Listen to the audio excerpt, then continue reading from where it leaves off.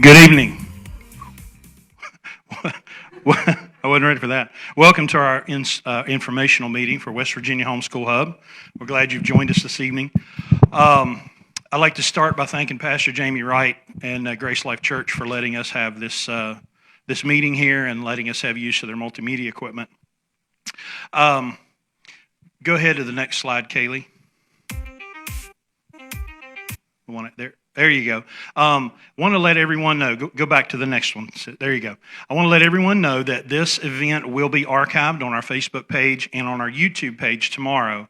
That way, if the information comes at you a little too quickly, you can go back and listen to it again, and then you can share it with people who either didn't get to see it live or didn't get to be here with us. Go to the next slide, Kaylee. So how did we get here? There's a couple of different answers, I think. The interest in homeschooling is something that I've not seen a level of interest like this before. There's always been people who have wondered about homeschooling, but the events of the last 6 months have really driven that into overdrive. Kaylee, next slide. There you go. There you go. Good job. So regardless of how you got here, the common thread that we all have is that we have an interest in homeschooling. For some people, it's a concern about illness, that they don't want their kids to get sick. For others, it's concern about the guidelines. And there's probably a combination of people that are concerned about their educational progress. This pandemic and the response to it has really thrown a wrench in our lives, and people are concerned that their education of their kids is going to be interrupted. Next slide, please. So the county and the states, or the state and the counties, have come up with their own plans. Now, since I made this next slide, it's all changed. So, next slide, please. So this was what they had first announced 2 weeks ago, I believe, and it's changed with the collar coding system. So really, I kind of feel like the county-state plan is really up in the air. I don't really think anybody really knows what's going to happen for another couple of weeks. So you're going to have a choice if you choose to continue in the government schools with an in-person 5-day schedule, online distant learning, online virtual school, or you can choose to homeschool. Now, there's some specific differences in between each one of those. The first three, obviously, are very similar because they still have a lot of integration with the public schools. The fourth option of homeschool is different, and that's what we all have a lot more experience with. Next, please. So let's talk about the homeschool options. Now, this slide is here to kind of break down what you need to understand if you want to homeschool. The homeschool laws fall under Chapter 18, Section 8 of West Virginia Code. So there was already some provisions laid out for this in a change in the law that concerned homeschool sports.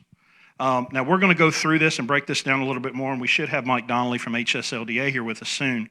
And he's going to answer a lot of the specific legal questions about homeschooling. These four here are outlined on our website, westvirginiahomeschoolhub.com/hybrid, and we have a lot more breakdown and explanation of each one of these that you can look into. Next, please. So, who are we, and how did we get to this event? So I'm Chris, this is my wife Karen, and that is our family. We have been homeschooling since 2011. Our kids have never gone to a government school. Karen and I were born and raised in West Virginia. We both graduated from Putnam County Schools. We were married in 2004. We have 3 kids, ages 5, 11, and 14. So this is 2011. That's our daughter Kaylee, who's back there working the screens for us now. And she was 5 years old. And we made this choice we were living in Columbus, Ohio, and we were really not pleased with the geographical school that our kids were going to have to go to. And we had talked about homeschooling, but it really wasn't until we were pushed in that direction because of the local school. The Columbus City School that we were going to be in was just terrible. So we pulled the trigger. We made this decision. She's sitting on about $1,000 worth of curriculum right there. And pretty much the best thing about that curriculum was you could turn the box inside out, and it was outlined so you could turn it into a castle. And that's about the most use that we got out of that. Next slide, please. Okay. Now, why build a website? So, watching over the last couple of years, people would get interested in homeschool, and with social media, and they would try to go to Facebook and go wherever they wanted to try to find the right information. And there were these Facebook groups that have done a great job over the years, but I watched them over the last couple of months absolutely get crushed. 1,500% increase in their activity, and people coming in and asking and asking and asking and asking. And so here are full-time moms, full-time homeschoolers, people with jobs that could probably sit at a computer for 24 hours a day and never get all the questions answered. So with the increased information or increased interest, I had some skills, and I thought, well, I know how to build a website. What if we had this information in a central place so that people could get to it in a very simple format? Because Facebook, with their algorithms and censorship, and it's just a terrible place to try to put information. It's great for networking. Back up one, please. But it's terrible for trying to put information in one place. Misinformation, whether or not people were, with malice trying to put misinformation out about homeschooling, or just ignorance, which led to confusion. People need clear direction on what to do.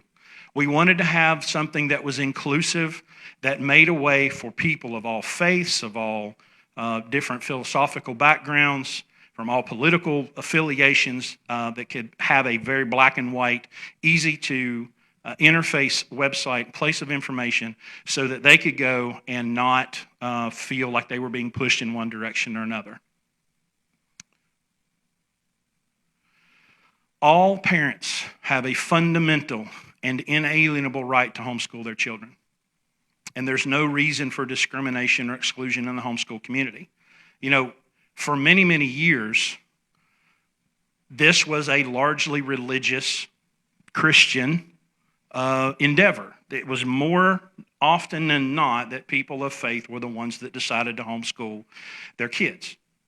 And, I'm going to be honest with you, I made some of the same jokes that a lot of people did before I got into homeschooling because I was ignorant.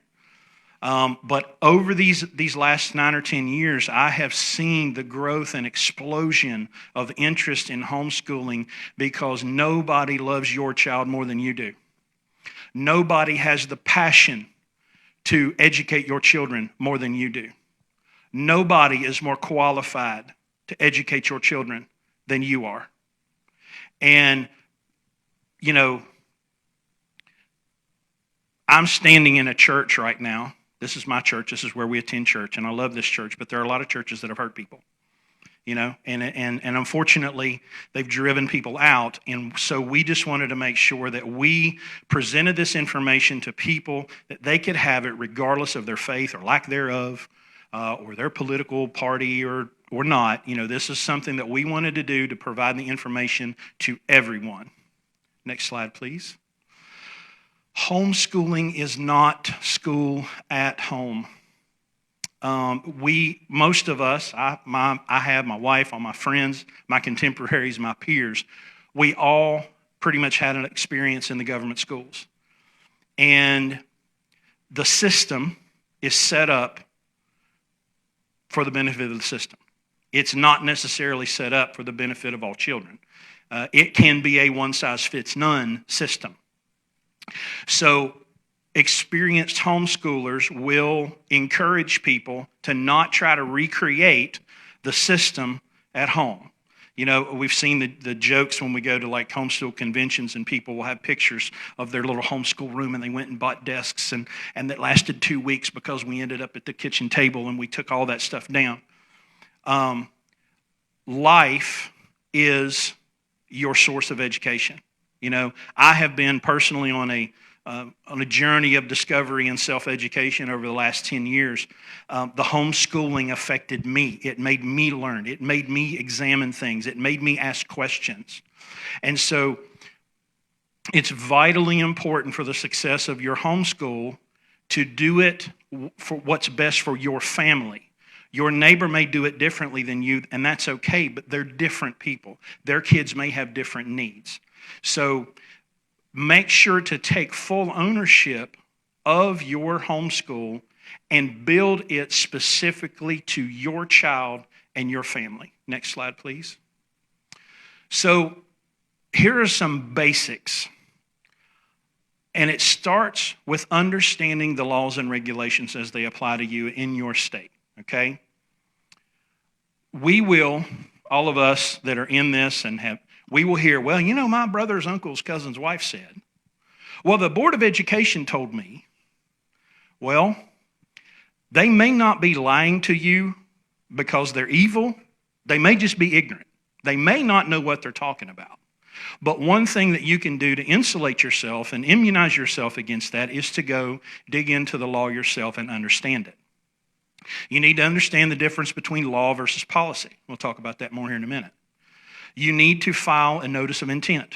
A notice of intent to homeschool is a document that you fill out with the required information. You send it to the school, certified mail, return receipt requested. You do not hand deliver it ever.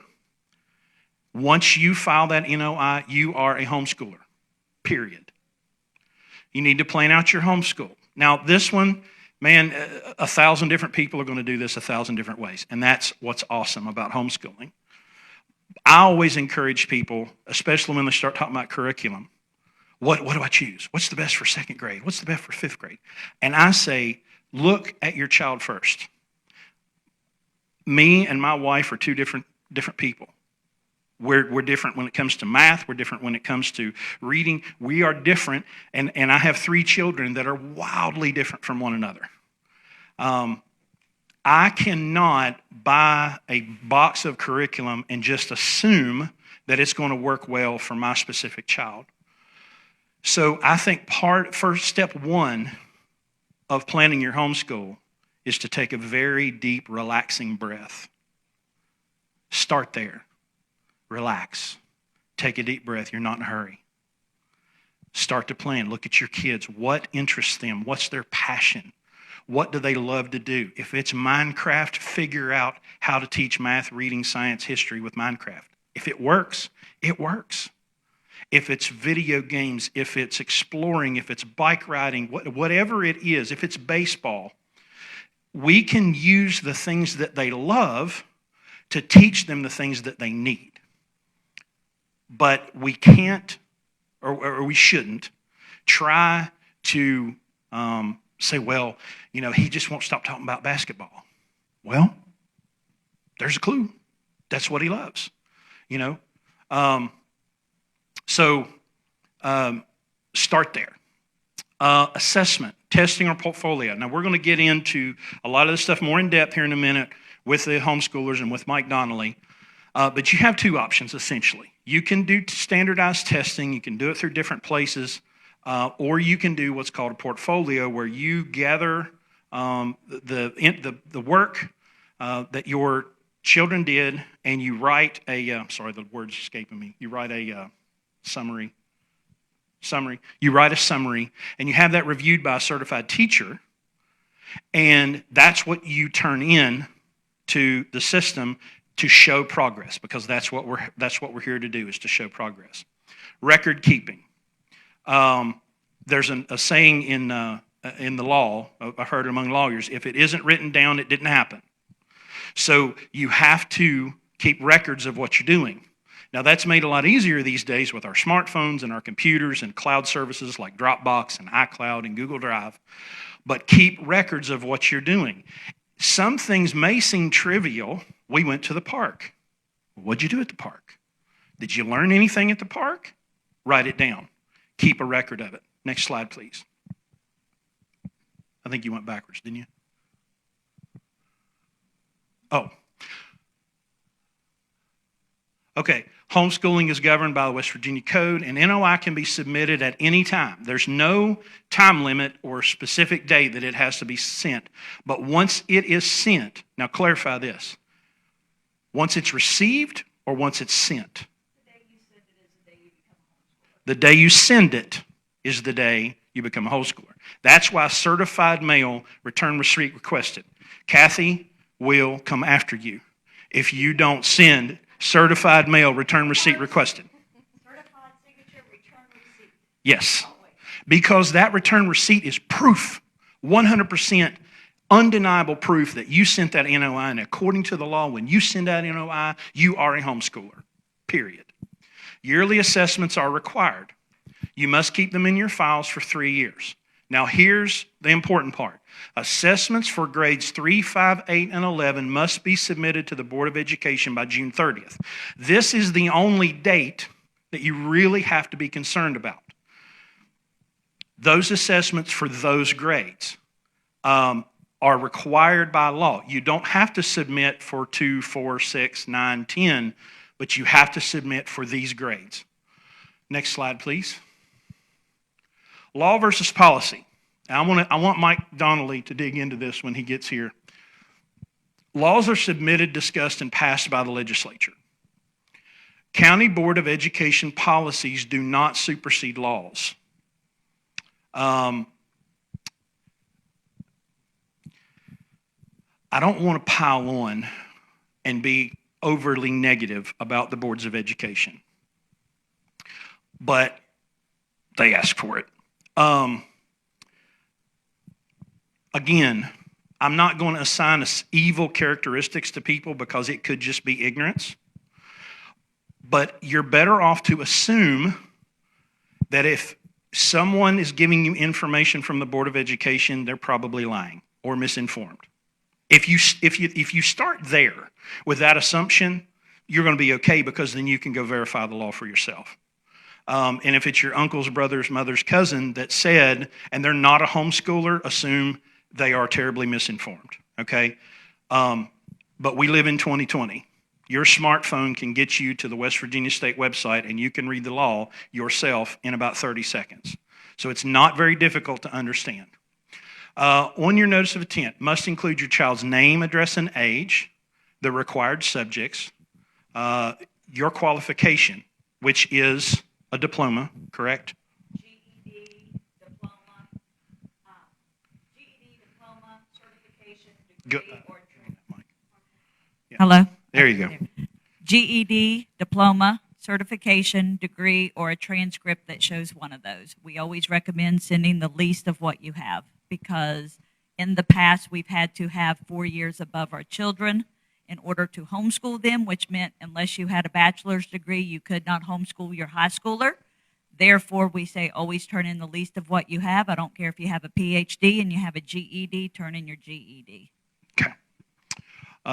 Submit the notice on or before the date you begin homeschooling. The superintendent is not legally permitted to deny your notice of intent. Now, there is an asterisk on this one, and it's rare. But if you have been in truancy trouble, right? If you've been, what's the thing? The only way that a superintendent can deny you to homeschool is if they take it to a judge. Okay. But no, we've heard stories that They got to take it to a judge. Okay.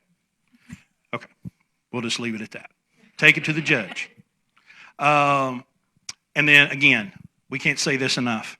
Mail it to the county superintendent, certified mail return receipt requested. If you hand it in to a very lovely, sweet person and they lose it, it's gone. Send it certified mail return receipt requested. Next slide, please. Okay, let's talk a little bit. This is a little bit about planning your homeschool. Choose a curriculum. Again, start with your child. Figure out who they are, build the curriculum around them as an individual. Choose a schedule.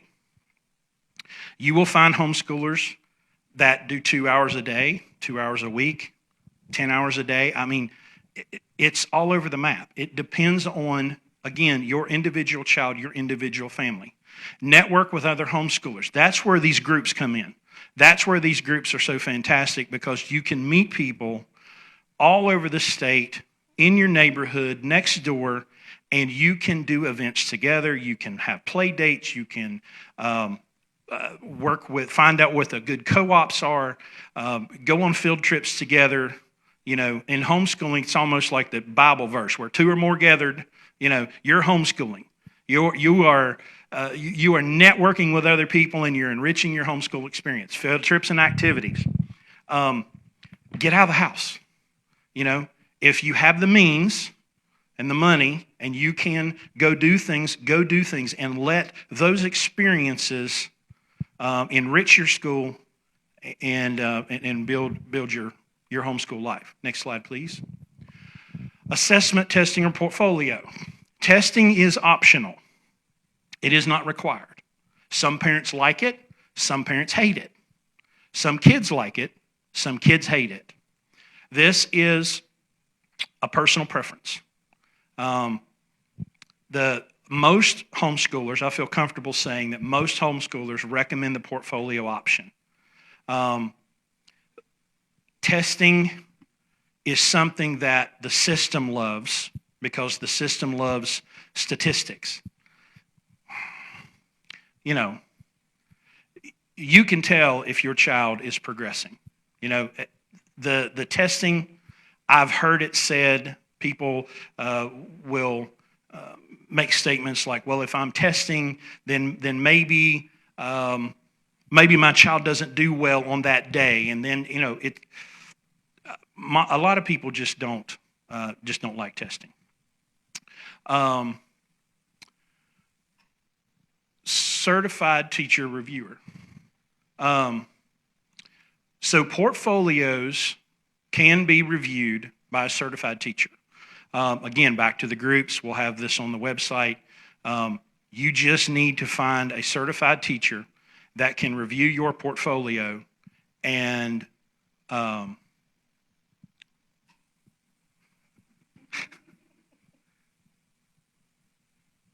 and show progress. That's what we're after, show progress. Digital records, again, you want to keep good records. Use digital records. I mean, you can use a 3-ring binder. That works just as well. The digital records, cloud storage like Dropbox, Google Drive, and iCloud. This will help you when it's time to do high school transcripts. And I know that high school is going to come up a lot in the questions, and we've got people here to answer that. None of mine are in high school yet, so I haven't lived that experience yet. Record keeping is essential. Next slide, please. Okay, record keeping. Again, physical copies in a 3-ring binder are fine. There's nothing wrong with that. But digital storage is redundant, you know. So if there's a fire, if there's a flood, you know, if the dog eats it, you know, they can't get to the digital storage. You got the cloud services, again, high school transcripts. And then when we get to talking about college, all of the stuff that you've done and that you've kept records of is going to come in handy when it's time for college. Okay. Homeschool sports. Now, this one I'm a little gray on because I've got the athletic talent of a turnip. So I don't have a lot of interest in sports, so I need to kind of, you know, get Kathy to pinch hit here for me. On the next slide, we've got a list of homeschool sports. These are things that people have set up that accept homeschool kids without any question. Go to the next slide, Kaylee. This is the West Virginia archery homeschool teams. That's what we got involved in. And archery, and if we could have had that state tournament, I think we'd have went up there and wore them out. We were really looking forward to that. So can you talk a little bit about sports? Because I'm way out on the limb. As far as sports that are the homeschool teams, or as far as sports within the public school system? Well, I think we kind of need to hit both, because I know people have got to be curious about, you know, can I play on the high school football team? Okay, up until this, we've had Tim Tebow go through about every single year. It passed a couple years ago. Governor vetoed it because he had made way for virtual schools. and said that was our way of doing it. Our kids could stay at home, do virtual school with the public, and be a public school student and play sports. Well, this past session, we finally got a bill passed. It is not the Tim Tebow bill, but it is a sports bill that will allow our students to participate in sports. If your child has already been homeschooled for the previous year, then all they have to do is sign up and take one virtual school class. They must have the GPA of, I believe it's C or better.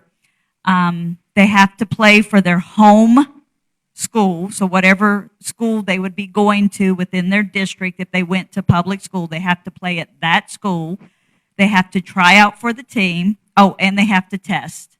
So they have to do the standardized testing. I'm not sure if they can do the standardized testing that we have set up or if they have to do it with the school. That I need to find out for sure. But then they have to try out for the team and they have to make it. If they have not homeschooled the previous year, so all the students that's coming out for COVID right now that still wants to play sports, then they have to sign up for 4 virtual school classes and meet all the other requirements. And immunizations as well, right? Immunizations also, yes. They have to abide by all school policies, all their regulations, everything. Attendance, if it's part of their policies in the school system, our students will have to abide by it, and that includes vaccinations. Okay. Now, with the homeschool sports, and Kaylee, can you put that list back up?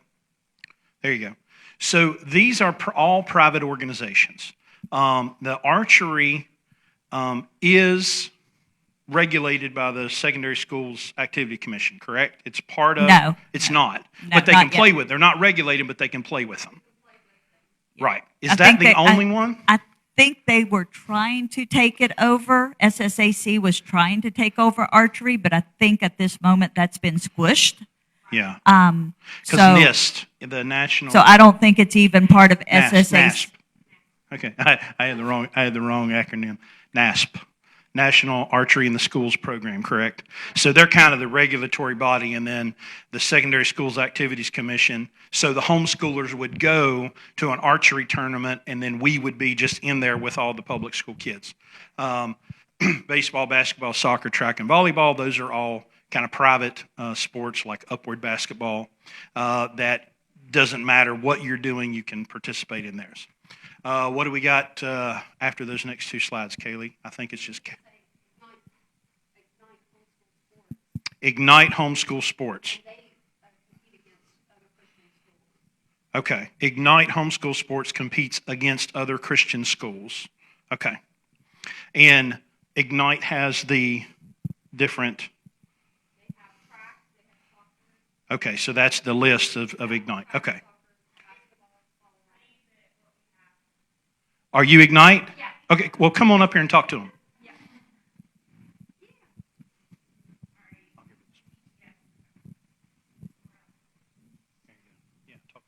Yeah, so my name is Carrie, and I'm a vice president on the board for Ignite. So we're a 501c3. Right now, we offer cross country, middle school and high school boys basketball, middle school and high school girls volleyball. We will have a track season, and baseball will probably be starting. And we also started a middle school co-ed soccer team this season, or this fall. And we also have a high school boys soccer team. So we're growing. And so we do compete against private schools in the area. We also compete against public schools. I don't think it's on the down low. I don't think we're supposed to, but they don't care. We don't care. So we do it. And then we also compete in it's so funny because you go to other places and it's so familiar there. But we compete in a homeschool organization where we travel to Liberty University last fall. It was canceled this year due to COVID, but we competed against all these different homeschool teams around the nation. And it was an amazing experience. It was very inspirational. Like, they were so competitive and just knock your socks off kind of thing. So we're trying to grow. And then also each year we try to, our president, Carrie Black, who started this organization, will host a how-to program for you to start your own homeschool sports organizations within the area. So is that it? Does that kind of answer? So I'm still waiting on Mike Donnelly to check in. So I'm going to go ahead and let's just open the floor for questions. We've got Kathy here. We've got, well, you know what? I'm going to back up and punt.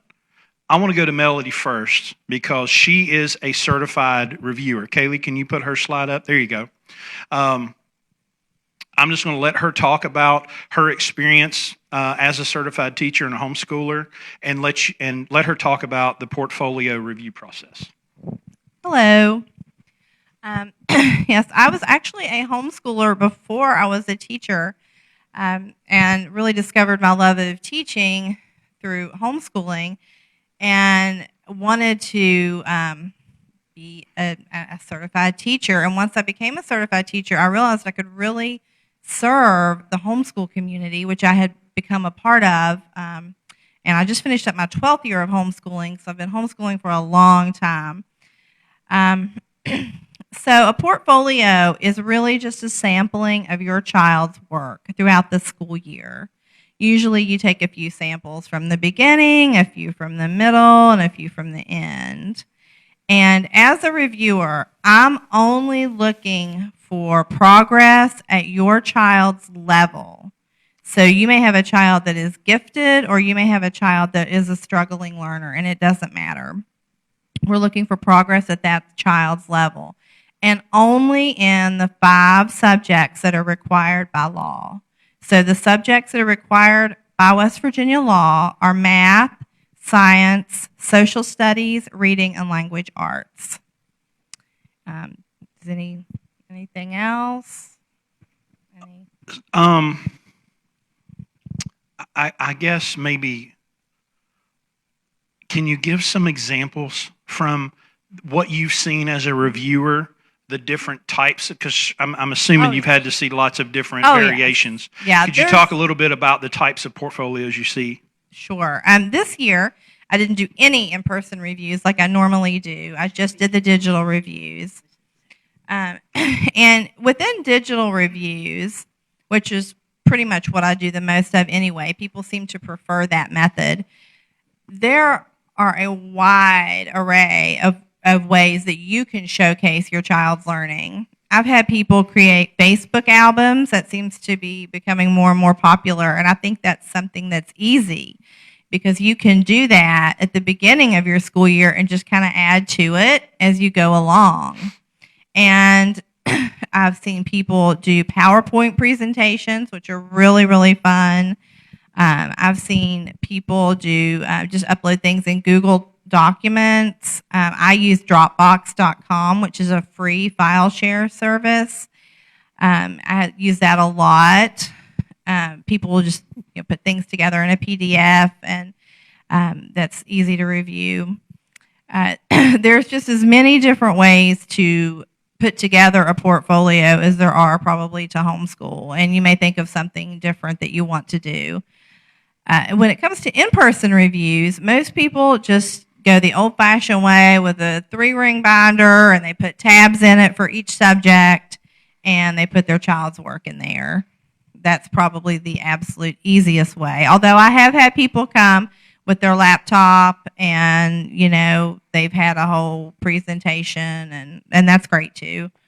Can I? Sure, yeah. Another way too is if you're doing online. My kids do online, and then you just text Melody Yeah. and say, "Okay, I'm done. Here's their login information. Yeah, Whenever yeah. you're ready, your money's already in your PayPal. Please take care of it. Get back to me when you're done." And she just sends me a text back. "Okay, the kids are done." "No, I'm done. just take care of it for me."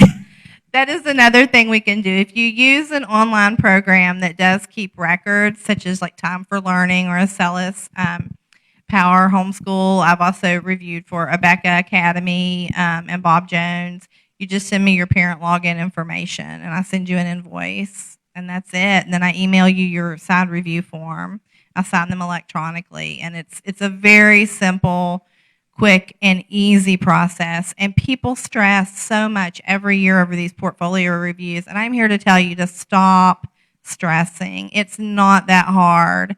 I can't speak for other reviewers because I only know a few, but I know myself. I try to make the process very easy, and I try to make it a low stress process because I just feel like there's a lot of things in life to stress about, and in our homeschool journey, there's things to stress over, and this should not be one of them. Would either of y'all care to touch on testing versus portfolio in your just experience as homeschoolers? As far as I've only tested one time, my view on it is the school system did not care about my children when they were in it. Therefore, they will never get my children's test scores. When I do test, I will test them for my knowledge, not for the school system's knowledge of anything. Therefore, I will always do a portfolio review, and the portfolio review basically lists out the law and says that my child passed to their ability, and that's all I will ever turn into the school system. But that's me. That's also all I ever really want to turn into this school system. I have given my oldest, who is 17 now, I have done standardized testing with her before. I've done the Stanford Achievement Test, and I have administered that test to other homeschoolers as well. I do not typically offer standardized testing services, so don't text me or message me and ask for when can we set up standardized testing, because that is not something I've done in several years, and I just don't really have time to do that. But I have tested her a few times just for my own purposes, just because I wanted to see how she did and kind of where she was. She was struggling in some areas at that time. But it takes several days, and it's kind of a long process, and I don't really think that it's truly that great of a measure of where a child is at. It gives a good measure of how that child is performing at that time on that day, but not necessarily overall. I think the portfolio really showcases how well a child has done throughout the year and how well they're progressing. Now, I will say there are different options for testing. If you choose to go that route and that's what you want to do, you can test with the school system. I'm here to tell you right now, this moment, never, ever, ever do that. Just don't do it. They'll lose it. You can't get it back in time. It's not back by the June 30th deadline. You have to go through them to get it. They use your child's test scores to boost their own school scores. Just don't do that. Another option is you can test with West Virginia home educators or Christian home educators. I know Christian home educators right now has not only in-person, but they have online testing. West Virginia home educators has in-person testing, and they're working on getting online set up. You can choose either one of those. By law, we are now allowed to test our students ourselves if the test meets state requirements, which means it's been normed in the last 10 years and tests for reading, language arts, science, social studies, and math, and it allows the parents to test, then you can do that.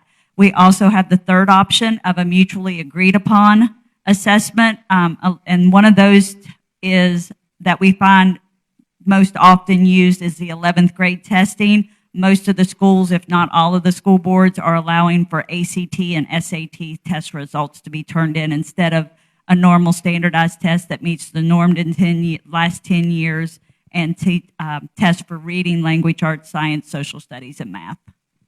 Okay, we have Mike Donnelly in the house. Let's do a little audio test here, Mike. Can we hear you? I got nothing. Hang on one second. Hi, Chris. Can you hear me now? Oh, there you go. Yeah, let me turn you down. There you go. Okay. Okay, welcome, Mike Donnelly. Mike is from HSLDA, the Homeschool Legal Defense Association. I'm glad to have you here. We've got you up on the big screen, so you should be able to see us here. So I think let's let you talk about HSLDA, about your experience, and talk about homeschooling in West Virginia and applying with the law, and then we'll do some questions and answers. Well, that sounds good. Really great to be with everyone here tonight and who's joining us live on Facebook and everywhere else. So HSLDA is the world's largest homeschool advocacy organization. We have been around for almost 40 years and serving the homeschool community, providing legal support, educational support also to homeschooling families in all 50 states and all around the world. You can go to hslda.org and learn more about joining if you'd like to be a member. I'm sure there's a number of members there. Was that Kathy Krause I just heard talking, by the way? It was. I thought so. You sound a little different on Zoom, though, Kathy. I like you better. I like it better in person. We got to get together. Let me know when. I know you gave me an invitation. I hope I can get to your event Tuesday. Please Is come. that an open event or is that just by invitation? It's by invitation, but anybody who wants the invitation, I can send it to them. All right. Well, you folks, Kathy's running for state senate. Did you talk about that, Kathy? I have not yet, but Well, you're welcome to go ahead and talk about it.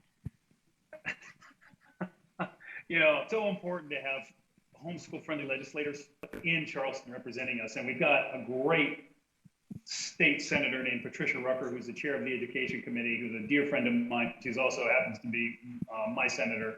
And but we need more. We need folks like Kathy, who is running for state senate. And the homeschool community needs to support people like Tricia and like Kathy. So if you can help them out. Don't forget Robert Carnes also. Oh yeah, Robert. Well, yes, of course, Robert Carnes also running for state senate. It'd be great to have several homeschool parents in the state legislature. And that's one of the things HSLDA does is we work with state legislators like Kathy, Robert, Patricia, to make sure that the homeschool community is protected from any burdensome regulation. In West Virginia, we've been pretty busy the last few years. I don't know how many of you have been homeschooling in West Virginia for a long time, but things have changed quite a bit over the last 6 years because of the work that we've done with organizations like CHUV, Christian Home Educators of West Virginia, and West Virginia Home Education Association. It's important to support those organizations as well. We've made it together a lot easier, a lot less burdensome to homeschool in West Virginia. It used to be very burdensome. And it still is relative to most states. Most states do not have the same requirements that West Virginia has, and I heard Kathy was talking about those, so I won't go into all the details. I'll just answer any questions people have. But this is really an unusual time in our nation's history. And what we're seeing around the country and all around the world is that just millions of people are saying, you know what, I'm just not going to send my kids to school. And I don't know how many folks here today are in that boat, but if you are in that boat where you're just getting started homeschooling for the first time, you are not alone. You are joining millions of parents all over the country, all over the world, who are for the first time saying, I think I'm going to try this out. There have been a lot of folks like Kathy and others who've gone before you. There's no question that you can ask that we can't answer, whether it's a question about the law or a question about curriculum. There's so many choices of curriculum available, and getting support from other people like Kathy and other homeschoolers. There's so many groups out there that are just waiting to support you, whether it's on Facebook, like Unsocialized Homeschoolers of West Virginia that Kathy's an admin for. I like that group. I participate in that group quite a bit. But there's so many other groups. There's a group for everyone. So there's millions of people who are trying it out. And as you can imagine, because millions of people are starting to homeschool, the schools are nervous. They're like, oh, we're going to lose our students. And in West Virginia, they complain about that every year. They're always complaining about losing students to homeschooling and it costing them money, even though it doesn't really cost anybody any money, except you, parent. You still got to pay your taxes. We'll have to do something about that, Kathy. Me too. Me But too. at any rate, so the schools are going to complain, and they may try to discourage you. In fact, we've seen that around West Virginia quite a bit in a number of counties where the administrators, the attendance officers, or superintendents, not all, but some counties are, giving out wrong information, or as some of you may have heard about, they're trying to deny parents notices of intent. They can't do that. They don't have any authority to do that, but they necessarily know the law like I do or like we do, and so they think they can do things. So if you're getting into troubles, that's what HSLDA exists for, is to help you get out of those troubles and to try to advocate for homeschooling. So that's what we do. I invite you to join HSLDA at hslda.org, and rather than you listen to me talk for a while, I'll be happy to answer any questions or participate in the conversation. Chris, I want to thank you so much for inviting me and having an opportunity for us to talk here tonight. All right, Karen's been monitoring the live feed on Facebook, and we do have a question about if you're busy, if you're working full time, can you have someone else homeschool your kids? That's our first question. That's a great question, and the answer is in West Virginia you can. In a few states it's not possible, but in most states there are rules that allow for a person other than the parent to be involved in the education. In West Virginia, the requirement is simply that the home school or home education instructor have a high school diploma. So as long as a person has a high school diploma and a homeschool diploma from high school counts, then that person can be a homeschool teacher or homeschool instructor. Now, the parent is the one who has to file the notice of intent. That's what the law says. The parent has to file the notice.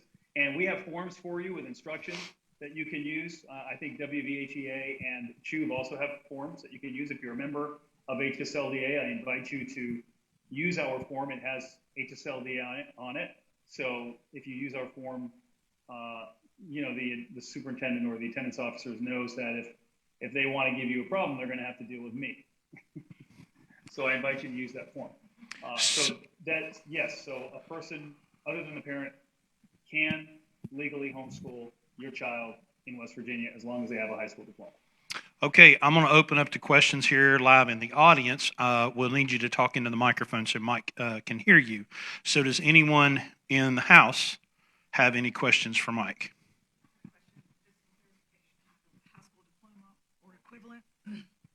Was that requirement high school diploma or equivalent?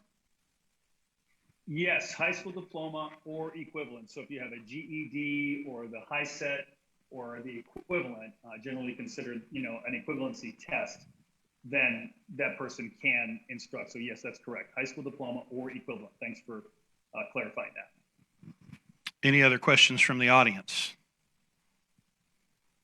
Okay, so I'm going to ask one.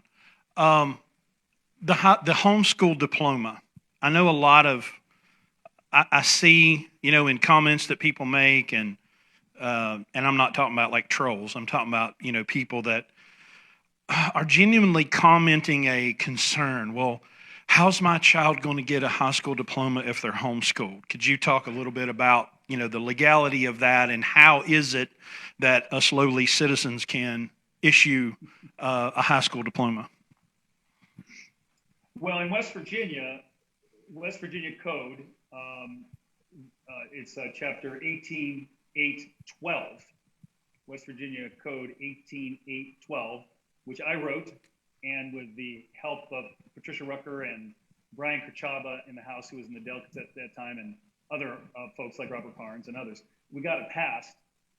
I think it was in 15 or 16, maybe, so it's been a few years. That section of the code explicitly says that a person who administers a homeschool program, it also says private or public school program, can issue a diploma or other graduation credential, which basically means a transcript. And the law in West Virginia says that no state institution of higher learning or state agency can discriminate against a person on the basis of where they got their diploma from. So that essentially means that a high school diploma is equivalent to a private school diploma, is equivalent to a public school diploma. The fact of the matter is, the research shows clearly that homeschooling works very well. It works extremely well. Children who are homeschooled perform much better on standardized achievement tests than public or even private schooled students. Homeschoolers have been going to college for decades. They do slightly better on college aptitude tests like the SAT and ACT. That's been proven year over year. And so the legislature said back in 2015 or 16, whenever we passed that law, he said, you know what? Okay, we can trust the parents. Some of them didn't say that, Some of them I didn't bet I like know that which idea, one but, didn't say that. yeah, there were several of them. At any rate, but overall, the legislature said, the purpose of that law was to allow homeschool parents to issue diplomas, and homeschool parents were issuing diplomas already at that time.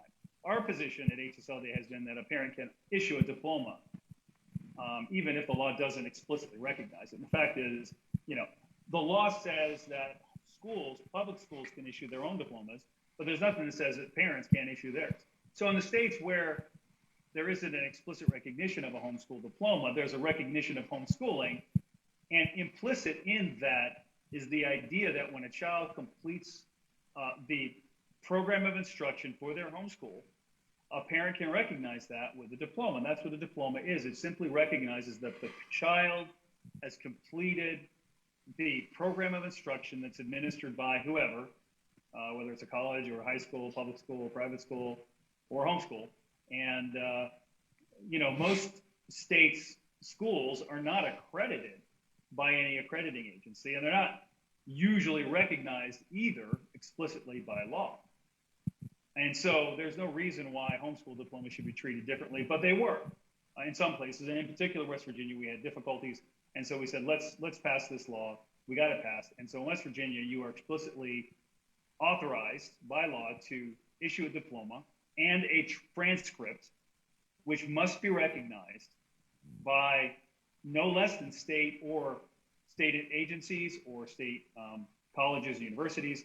And generally, what we found is that employers and companies, the military also, federal government also recognize homeschool diplomas. In fact, the federal government has recognized homeschool diplomas for at least 15 years, maybe 20 years.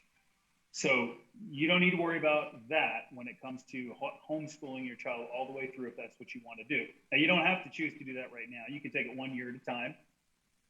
Hopefully you'll like it. Hopefully you'll keep on going. But you don't need to be intimidated or concerned about whether your child is going to be able to be accepted into college or into the military or to be able to get a job if you choose to homeschool them all the way through high school. I wonder if you could talk for a minute about communicating and dealing with the state. Intimidation is kind of their best tactic. We seem to have a pretty good record here in West Virginia of the state not being too coercive, too much into harassment, but it does happen. How would you counsel parents to prepare themselves if someone shows up at the door, if someone calls, and how to respond to them most effectively? Well, sure. Well, okay, so first of all, if it's related to homeschooling, and if you are going to homeschool, I think it's really important for you to know the homeschool law. So at hslda.org/WV, we have a summary of the law, and I encourage you to go there and read it. West Virginia Code, Section 1881, is where you'll find the homeschool law.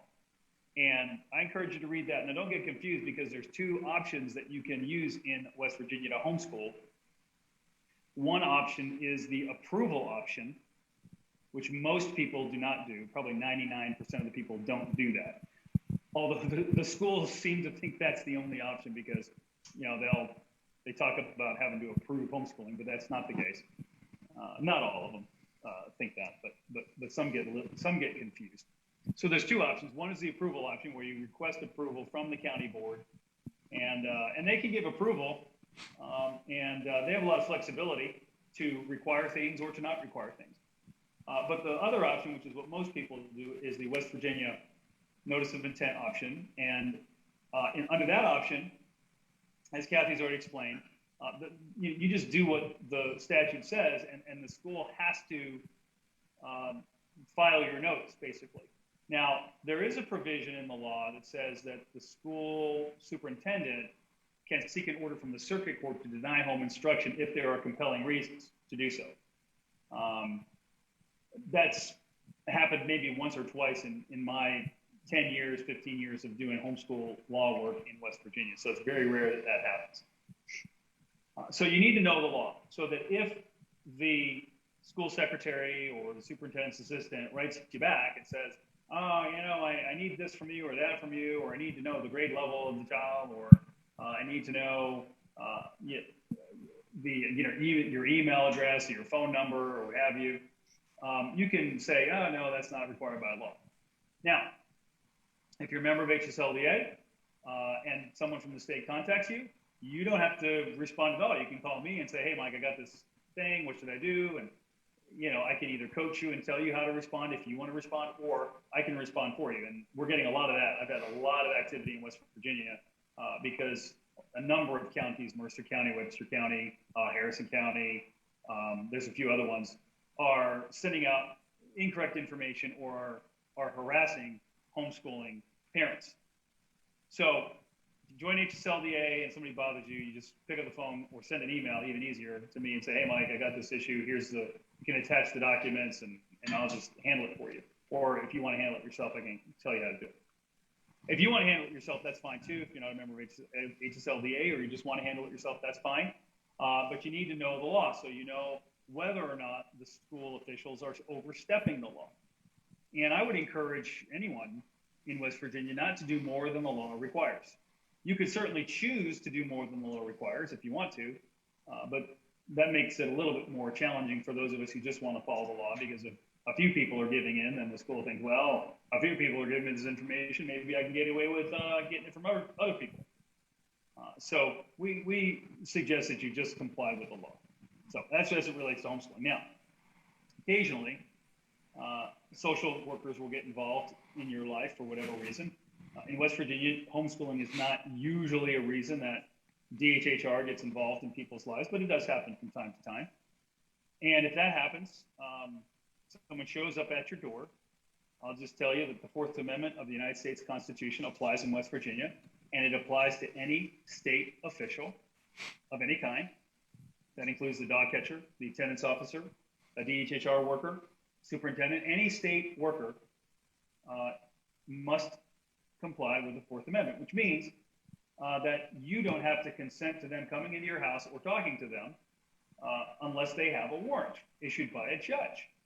Now, that doesn't mean you have to slam the door in their face or be, obstinate or aggressive with them. In fact, I counsel you not to do that. I think if someone shows up at your door, I think what you want to do is two things. One, you want to find out why they're there. And so politely you say, you ask them, what can I do for you, officer or social worker or attendance officer? And you find out what they want.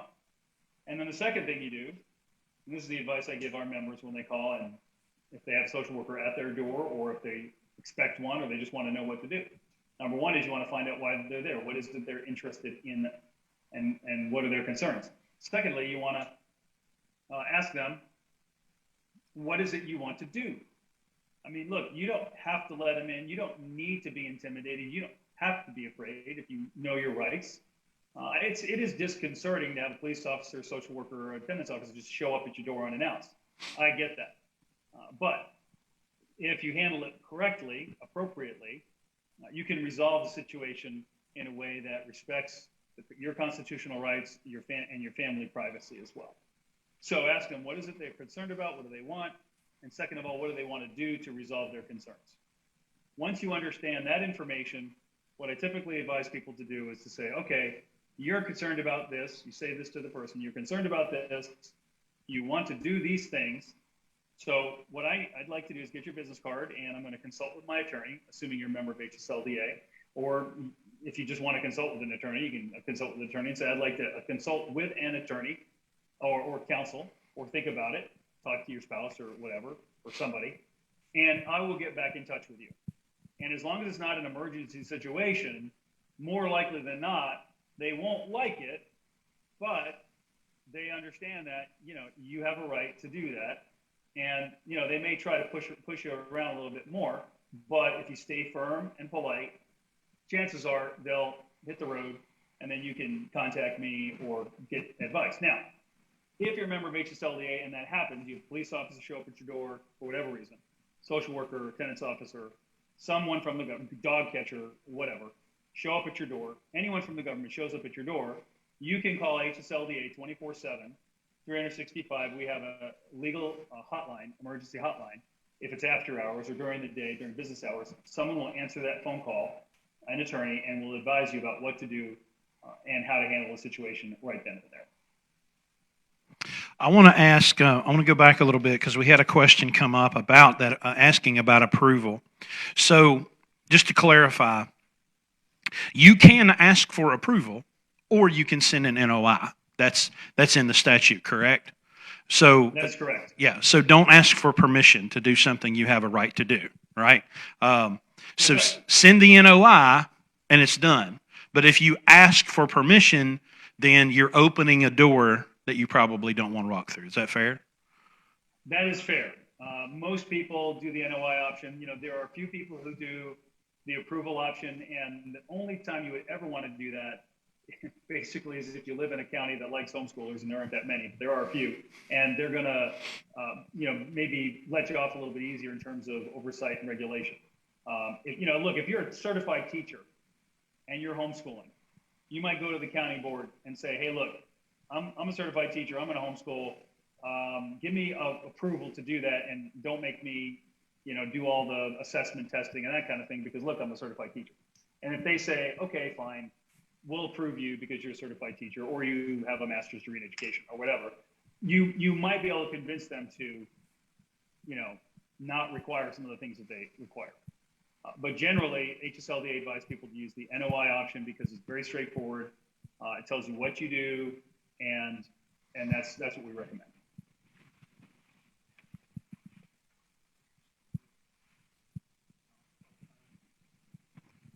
So we got a question on the live from Krista. How would you encourage a parent to homeschool their children when they feel they are not smart enough to do so or are afraid to start? So many parents, come on Facebook, I just lost it. So many parents are afraid to start. They don't feel like they're smart enough or qualified enough. I guess respond to Krista there on that topic. Well, I'd love to hear Kathy comment on that too, but I'll take a first crack at it. So, that's one of the major questions that parents ask, and one of the major concerns that a lot of parents have. I know is like, can I do this? I mean, we're all used to. I went to public school. We're all used to the fact that teachers are certified, they're licensed, they go to college for teaching, and so there's this idea that teaching is a profession and you have to be qualified and credentialed to do it. Well, the schools require that, but the research doesn't support that. Okay, so let me just talk about the research for a minute. So there is research that indicates that a parent with a high school diploma will produce an average homeschooled student.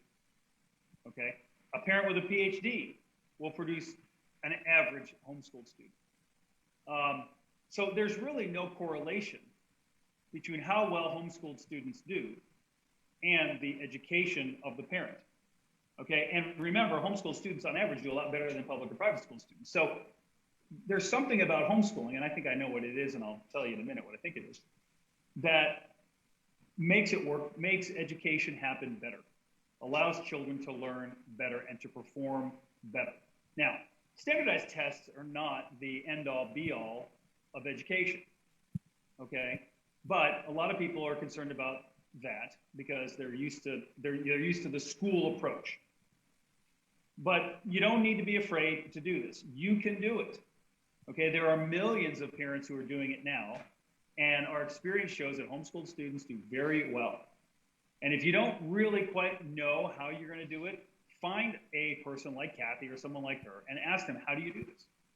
If you're nervous about it, you can also buy a curriculum that walks you through the steps. There are lots of curriculum like Abeka and Bob Jones, and those are Christian curriculums. There's also Calvert curriculum, which is a secular curriculum. So if you want a Christian curriculum or a secular curriculum, there are curriculum that are out of the box, all the subjects, teacher's guide. They use them in Christian schools, ECE, Accelerated Christian Education.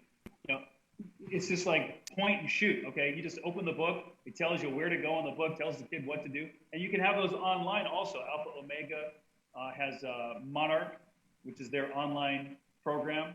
There are others that are online programs that they're just out of the box, all the subjects, fully programmed. You just guide your child through it. So if you're nervous, you might want to choose one of those curriculums, and then as you get better or feel more comfortable, you can try to do different things. And you should always feel comfortable to change. If you start something and you don't feel it's working for your family, you can change it at any time. And that's one of the beauties of homeschooling is it's flexible. There is no particular curriculum that you're required to teach.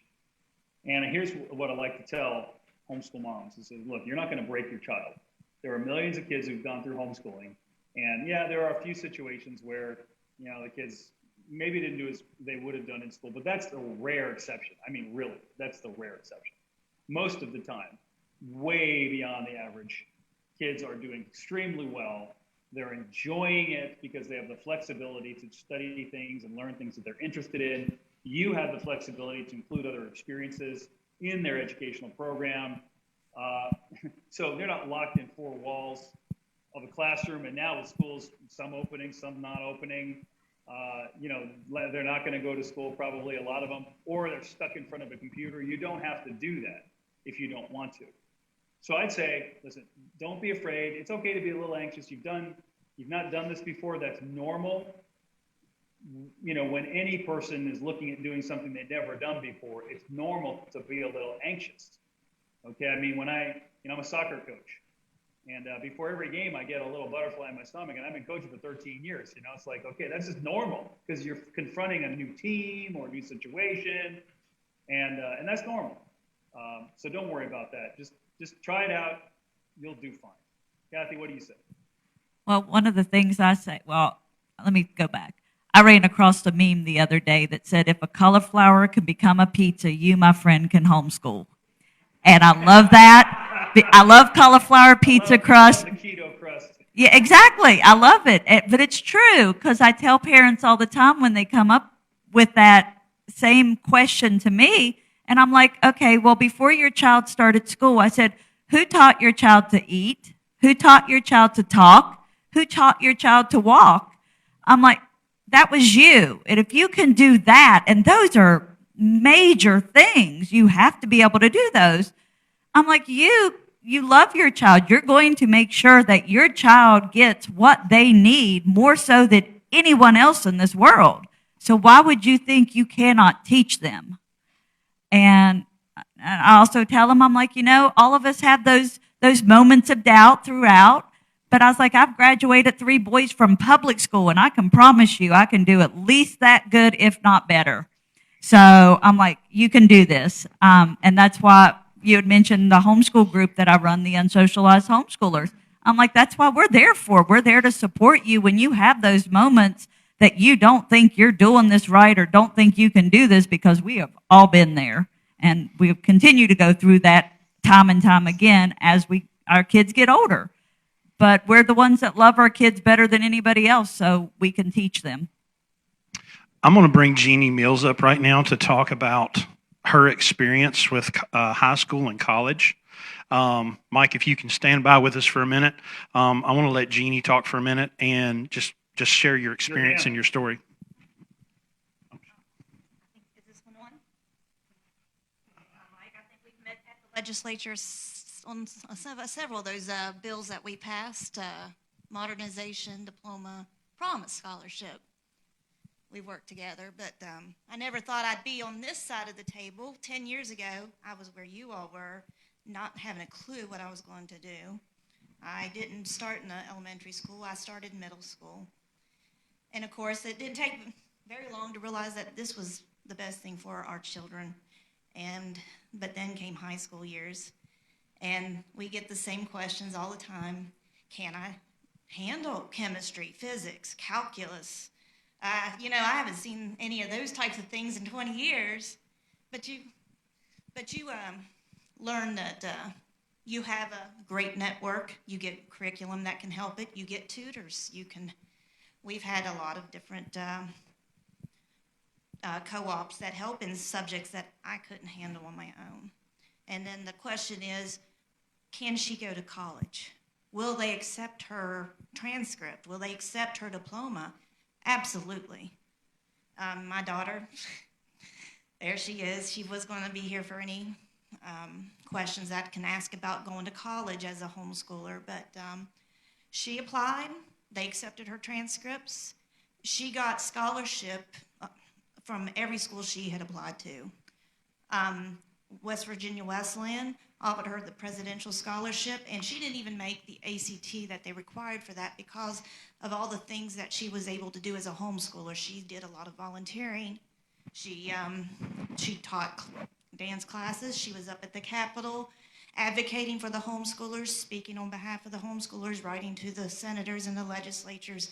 And they saw that and thought that she was just a really active person and wanted her on the team. And they gave her a full scholarship there. I mean, it didn't cover room and board. So she ended up at the University of Charleston, which also gave her almost a full tuition scholarship. And they also made her a student ambassador. So if you happen to want to visit the school and you want to tour the school or have questions, she's the person they're going to send you to. So there's no reason you can't homeschool all the way through high school. And that if any of you all are coming in to homeschooling as a high school, the first thing that they're going to say is, you realize that once you pull them out, you can't put them back. Well, you don't have to. They will be just fine. Okay, so we have. Chris, can I Go ahead. that last point that Jeannie made? Go ahead. Yeah, so exactly what Jeannie said is true. They will say that. They will try to discourage you from starting by saying, well, if it doesn't work out for you, you want to come back, crawling back to us, you're going to have to go all the way back to the beginning. That's not really true. And if anybody has a problem with that, I will try to assist. Now, my job in HSLDA's work is not getting kids back into public school. Our job is getting children out of public school and helping you homeschool successfully all the way through.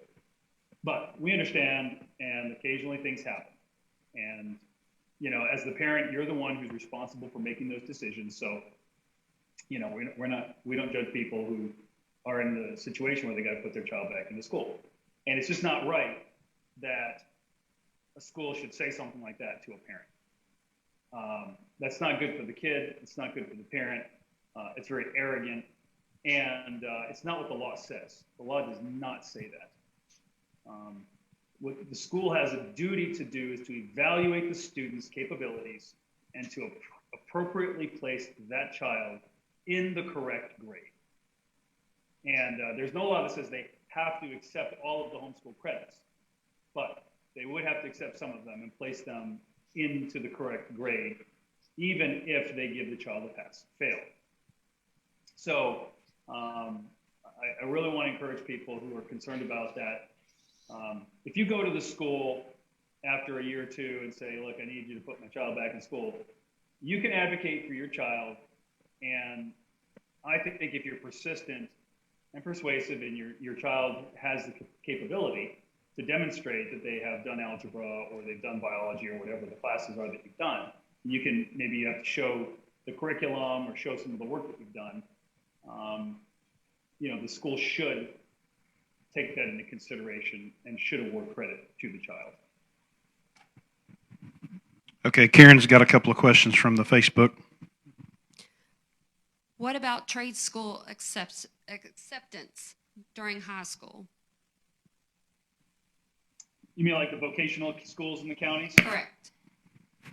Yeah, that's something that is there's some question marks about that. I know that some of the counties do let homeschoolers participate in their vocational school programs. And so it's a county by county thing. Now, I believe the law requires the counties to provide assistance to the homeschool parent at their request, which to me means, if they want to enroll part-time in the vocational school, then to me that means they should do that. Some counties do it, some don't. You know, if people have a problem with that, I'd be willing to write a letter pointing out what the law says, because the law does say that the county is supposed to provide assistance to the homeschooling parent at their request. So, so that's a county by county thing. There have been a couple of attempts to legislate on that, and those pieces of legislation that would require the counties to allow homeschool students to participate in the vocational school programs has not passed. But some counties do allow it. You got more? Kathy, you have something? Yeah, I'm trying to find it. I know we have WVHEA had gotten something. I'm trying to make sure it was from the state board, but it stated that our children could go to the trade schools if there was a spot open, and if there was not a spot open, then they would have to open up a spot and give it to our children in the evening classes if it was offered. You know, Kathy, there may be a rule. I don't recall the second part, but if you find something from the state board on that, let me know. My understanding is that it's up to the county. I mean, if there's space, I think that may be true. I wonder about the evening one. So I'd like to know that if you find that. I'll find that email and I'll send it to you. On the topic of providing assistance, I've heard parents ask the question, and some will answer, will the board provide me with curriculum if I ask for it? Is there any requirement in the law that they do that, or do they have an out that they don't have to give you anything if it's not available? The out that they have is availability. It's always subject to availability. If you want something from the public school, including enrolling in classes, they can let you enroll in classes part-time. Of course, now you've got a virtual school program that you can also take advantage of. And in fact, if you know, the law passed last year, the Tebow bill passed, and so if you want to participate in public school sports, you have to be enrolled in at least one virtual school class. Now, some counties are going to try and make you enroll in 3, 4, 5, or 6. I don't believe they can do that. I don't think that's the intent of the law, and I don't think that's the necessary reading of the law. So I've been talking with a few people who have been asking questions about that. Again, public school sports access is not a huge thing that HSLDA gets involved with, but if you encounter problems because they're not following the law, that is something that we will try to assist you with. But the county superintendent is supposed to provide assistance, which includes curriculum materials, access to classes, that sort of thing, at the request of the homeschool parent, subject to availability. And the county board can approve that. And if you're having trouble because the superintendent is just obstinate, and there are a few that are that way in West Virginia, you can go to the county board, go to the school board meeting, and get on the agenda and say, hey, you know, I'm a homeschooler, and I know they've got books of this kind, and I like it, and they're not letting me have it. And, you know, as a citizen, you have the right to do that. Now, I think you can provide anything that your child needs at home. You don't have to, but I know that there are financial issues that some people confront, and so it might be a matter of cost, and you might want to use the public school curriculum. So I think you do have the choice to request it, and I believe that the superintendent, if it's available, must provide it. So I've been in the trucking industry for 24 years, and I've heard this a lot. Some company will say, well, the law says, and then our policy says. So our policies cannot be less than what the law is, but our policies can be more than what the law is. So that's a situation with a private company. What can you talk about the difference between law and policy in the setting between what this legislature passes into law versus what a county board policy is? Sure. The county boards cannot have a policy that is more restrictive than the state law. It's that simple. So, I mean, what is more restrictive? Well, if the law says that the superintendent shall provide assistance at the request of the homeschool instructor, subject to availability, the county cannot pass a policy or have a policy that says you're not allowed to get any books from the county. So the policy cannot be more restrictive than the law. I found that, Mike, and I just messaged you with it I see that. about Thanks, Kathy. it's about the trade schools. It's not a policy, but protocol. Dr. Kathy D'Antonio, Associate Superintendent for Career and Technical Education, provided information to her CTE administrators regarding enrolling homeschool students. Included was information if the day program was full and there was the same program offered in the evening, they could enroll the students and not charge tuition. Oh, that's great. Okay, well, there you go. Thanks, Jeff. So I have a question on that. So tuition, so adults can attend in West Virginia, adults can attend county trade schools, right, to like pay tuition and do programs there. So do we have an option as homeschoolers to pay for these types of programs in the trade schools as if we were just... You can get them free. You can enroll. That's what Kathy was just saying. And right. Protocol, if the day program's full, it's free to a high school student.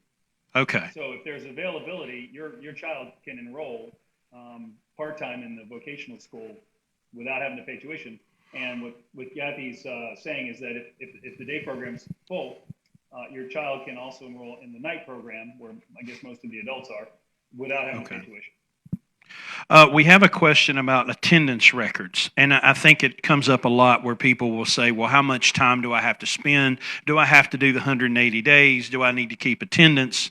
So you or Kathy, either one, could talk about attendance, instructional time. I know that comes up a lot in questions that people have. Yeah, look, I have to pull up the law. I don't remember exactly. Some states do require a certain amount of days and hours, and I don't think ours does. West Virginia does not. Yeah, so that means you are in complete control. As long as you're providing the instruction in the subjects and you're assessing the child, and the child is making progress, you're good. So if your student is able to do that in 1 hour a day, that's great. And 1 hour a day, 5 days a month, or you can use the rest of the time to do other things. So it's up to you as the parent to decide how many days, how many hours you're going to homeschool over the summer. What's your school or your educational rhythm going to look like?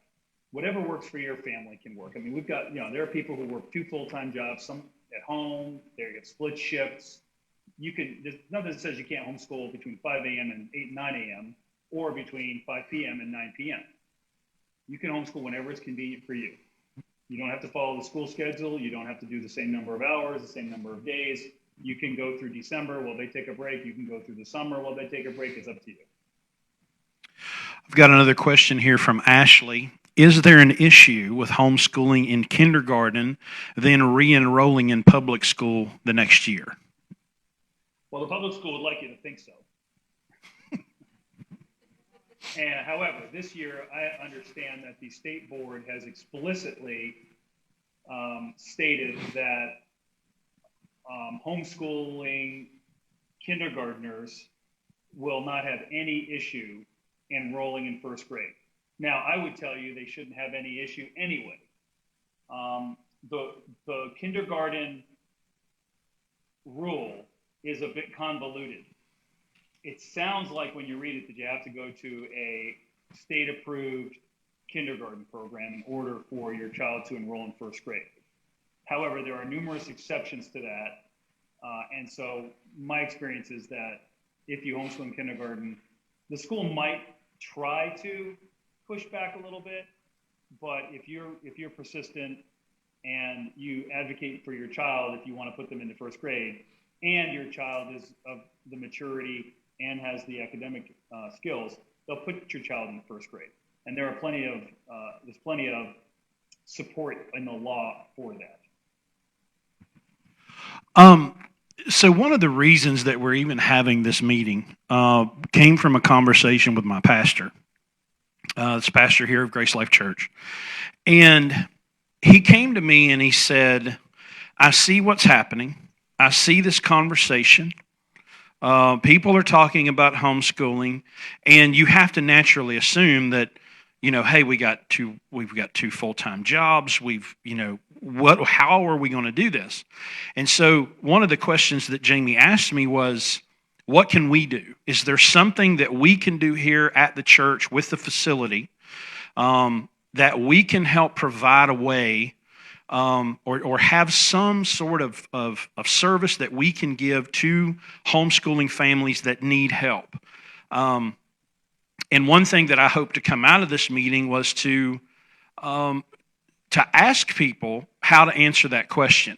There's a lot of churches in this valley and in this state that have empty buildings from Monday through Friday, and do you see, number one, do you see a role that churches could play with providing a facility just to help with co-ops, meetings, classes, but what could churches, even private organizations, do with facilities that they have to help parents who feel the logistical crunch of trying to homeschool? Well, I think you hit on it, Chris. Churches have space, and co-ops, the families are going to gather together. Now, you can gather in a home, and that's fine. Our family, I have 7 children, and I've got 2 college graduates, and the third one in college, and the other 4 are kind of making their way through the process. My youngest is 9, and we have a co-op at our house. We have a few families over. We've done that, for years. It could be 3 families, it could be 6 families, depending on how big your house is. Now, if you don't want to do that in your house because you don't have big enough space, or you don't want all those people crowding in because you're concerned about the virus or whatever, the church has room. And maybe the church facilities are a little bit better. It may have sports facilities. It may have classrooms. You may be able to have multiple classes. You may be able to have a larger co-op. For high schoolers, you may be able to hire a tutor and bring a tutor in to do some of these more advanced classes. So I would encourage the churches who are listening, the pastors who are listening, to reach out to their homeschool community and say, hey, our facilities are open to you. The Classical Conversations curriculum is one particular curriculum, and they use churches a lot for their programs. So churches have a role to play, and one of the other things I think churches can do, and pastors in particular, is encourage families to explore homeschooling. I think pastors are a little bit reluctant to get into that discussion, but even if they're not willing to get into that discussion, they can at least provide space for families who want to do educational activities and where the church would have good facilities. I want to let Melody talk a little bit about special needs, because I think a lot of people have used the programs offered by the state schools, and I think there's a chance that they may feel, well, if I homeschool, I will lose that help, I will lose that access. So could you talk a little bit about special needs and how moms and dads that are in that situation can, work around and get what they need? Yeah, sorry. There you go. Can you hear me? Okay. Yes, there are specialized curriculums, obviously, that the school system uses. I use them every day in teaching my students with intellectual disabilities. And a lot of people don't realize, if you really want to, you can buy those curriculums yourself, or you can look at those curriculums and you can kind of duplicate some of what that is, or you can buy pieces of them. Homeschooling a child with special needs, it can be a little bit of a different journey, but it can still be a very rewarding and fulfilling journey. And I think a lot of times parents are very intimidated to begin that process because their child has been in a self-contained classroom, they've had an IEP for years, they're receiving all of these services at the school, such as occupational therapy, speech, physical therapy. Well, there are plenty of places, I know around here, and I'm sure throughout the state, where you can take your child to get speech services, OT, PT. You do not have to get those services through the school system. And often, it has been my experience that the services that are provided outside of the school system are actually a little bit better.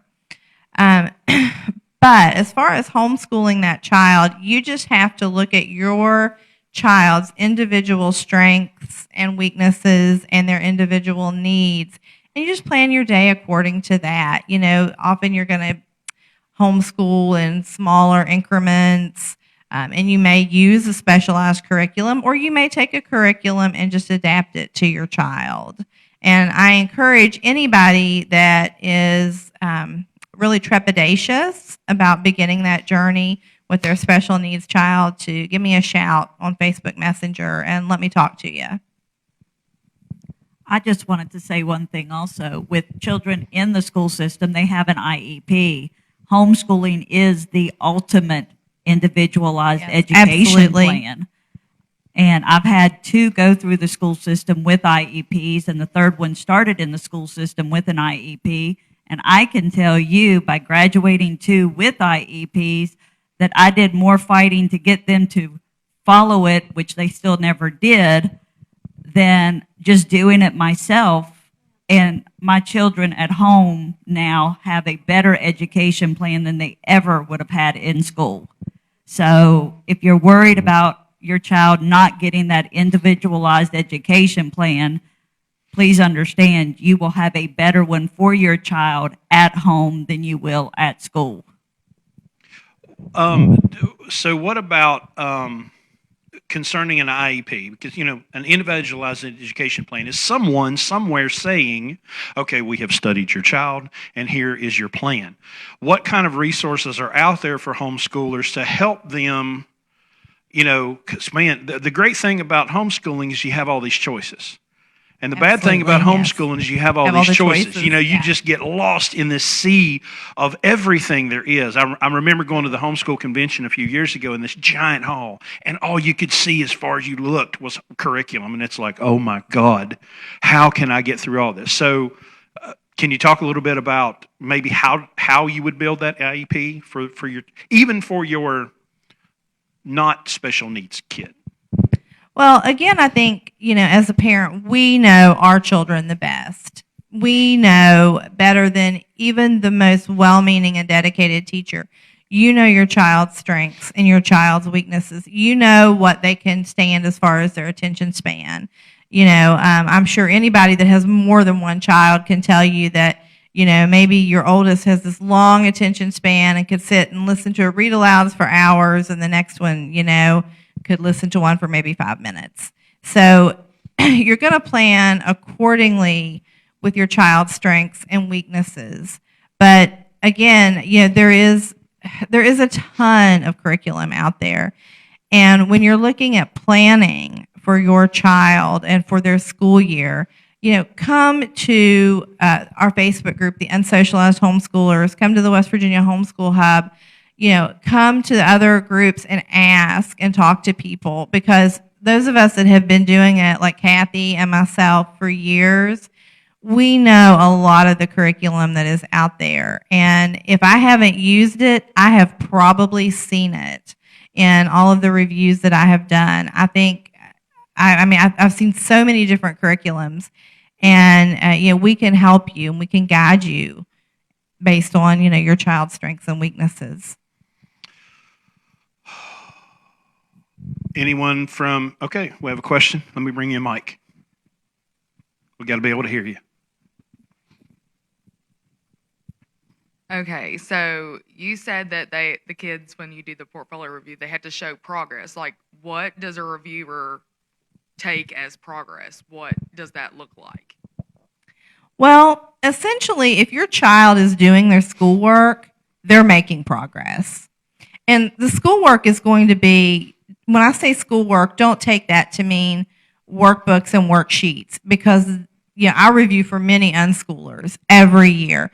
A work sample could be a worksheet, it could be a quiz, it could be a test, it could be an essay, It could be a written narrative by you, the parent, explaining how you all did math this year because you didn't use a curriculum. You know, you all cooked and you built an addition onto the house, and, you know, it can be that sort of thing. So as long as the child is doing work, they're progressing. And understand, too, that one child can be on a different grade level for every single subject. So the reviewers, all the ones I know, they take that into consideration, that maybe your third grader does third grade math just fine, but maybe they're doing sixth grade level science, but only first grade level language arts. So they take that into consideration, and by law, it says that your child must progress to their ability. So that ability can be different on every single subject. And we know as adults, we're all different. We all have our strengths. We all have our weaknesses.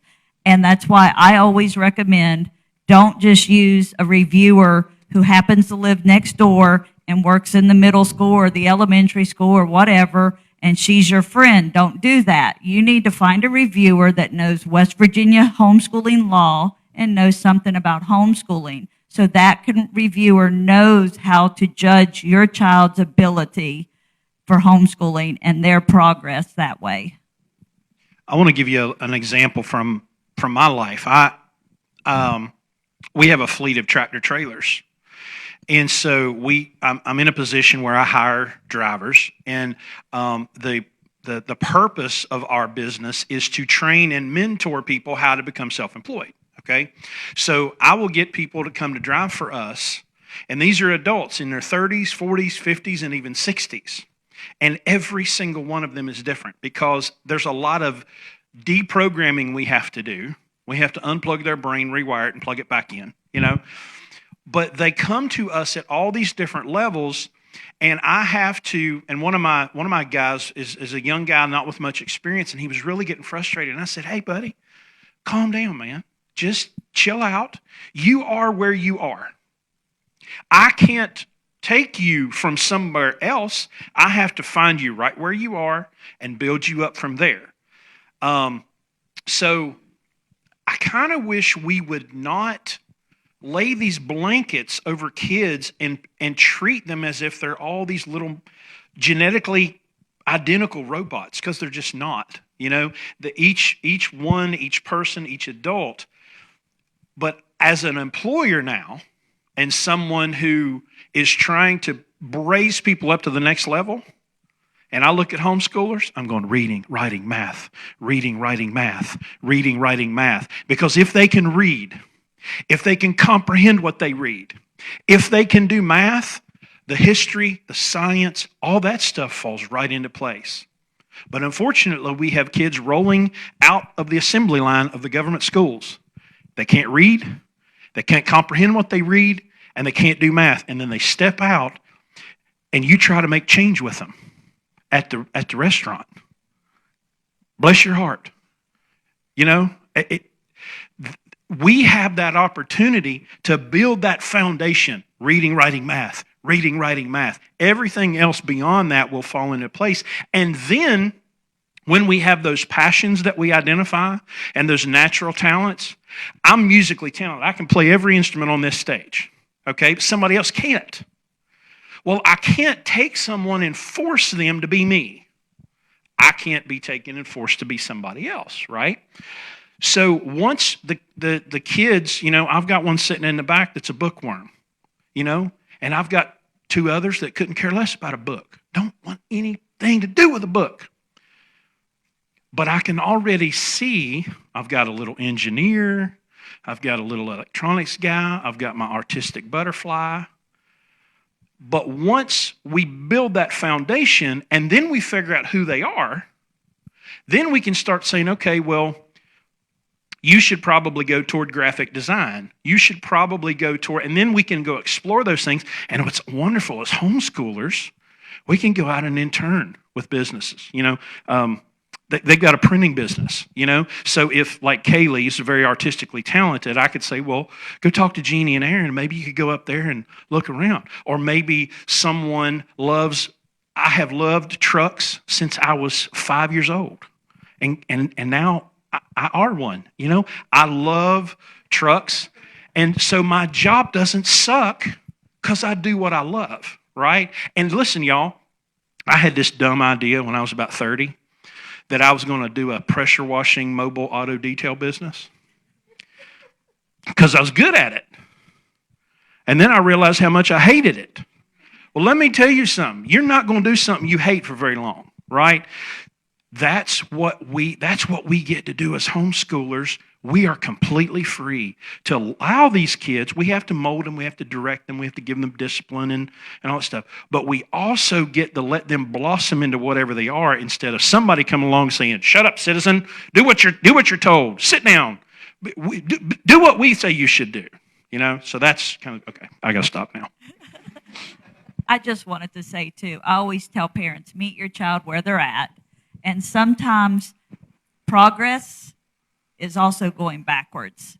And what I mean by that, before Melody became my reviewer, and I love her to death, I'll never go to anybody else, but I had another lady who was doing my reviews for my children. She passed away, and that's when I started with Melody.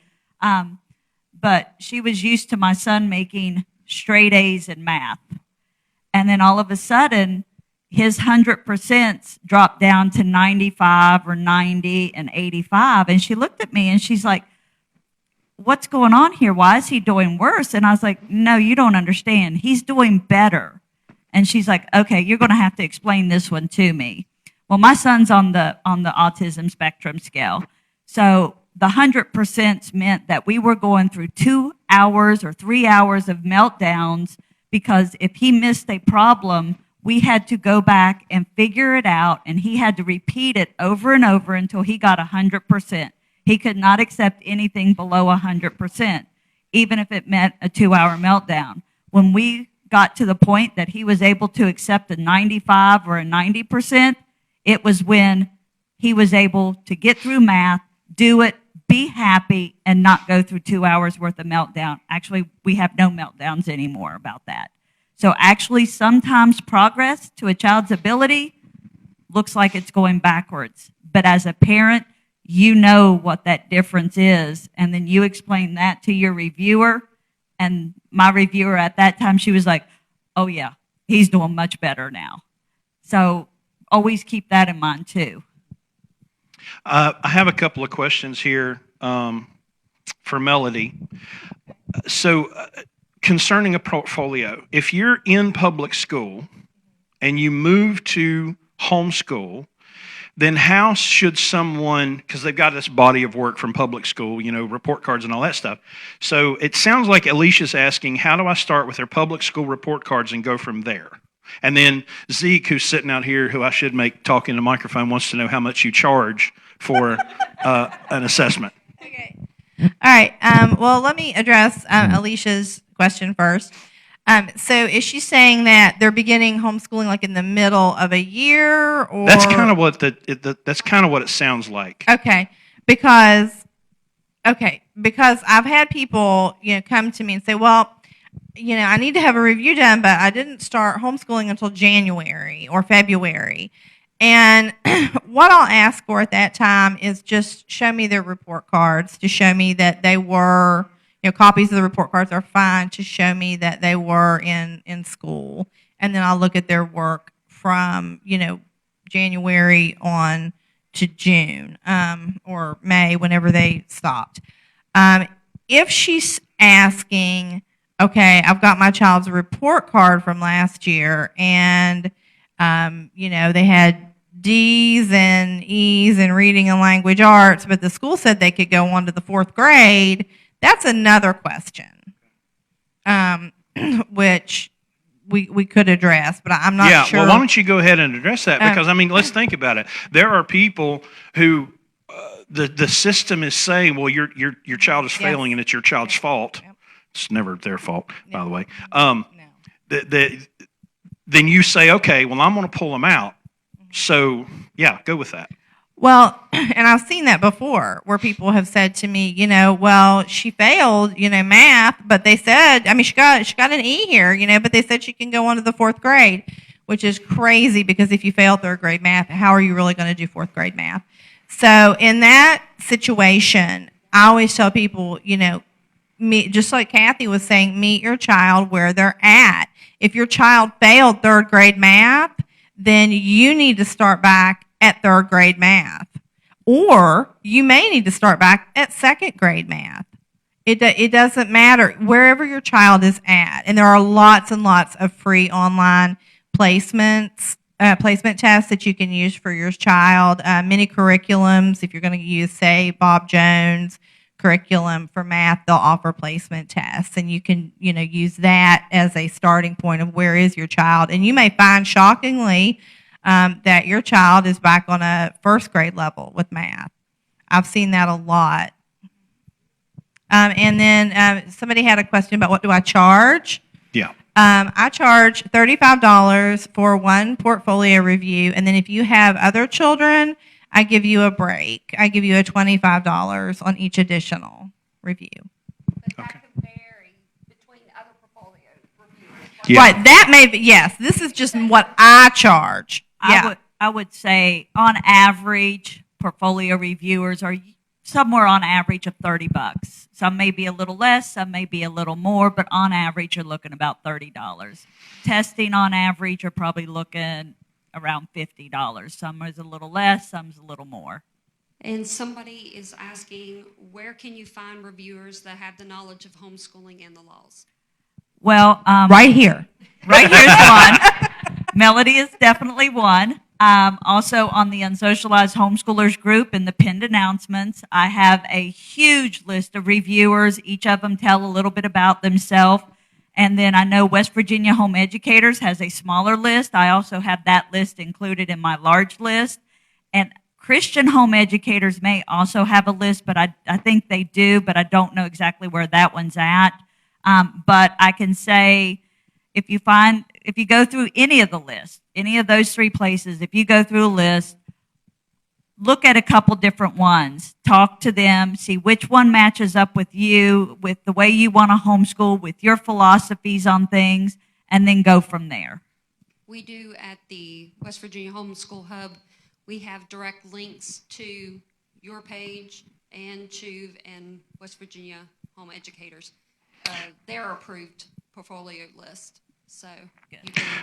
And I'm gonna add to that the beauty of the platform that I built the website on gives me the ability to I'm gonna start interviewing other homeschoolers, special needs parents, just regular old normal homeschool parents. I want to interview people to get their experience, so that people can see that, and people like Mike and other legal defense organizations. So be looking for that. We'll also have the ability to have an event page. There are no other legal defense organizations, Chris, for you. There you You can go hire a lawyer if you want and pay $250 an hour. Or you can join HSLDA for $130 well, let me ask you a question on that, because a year. Are there any requirements to be a member of HSLDA, if you are of a different faith or philosophical background?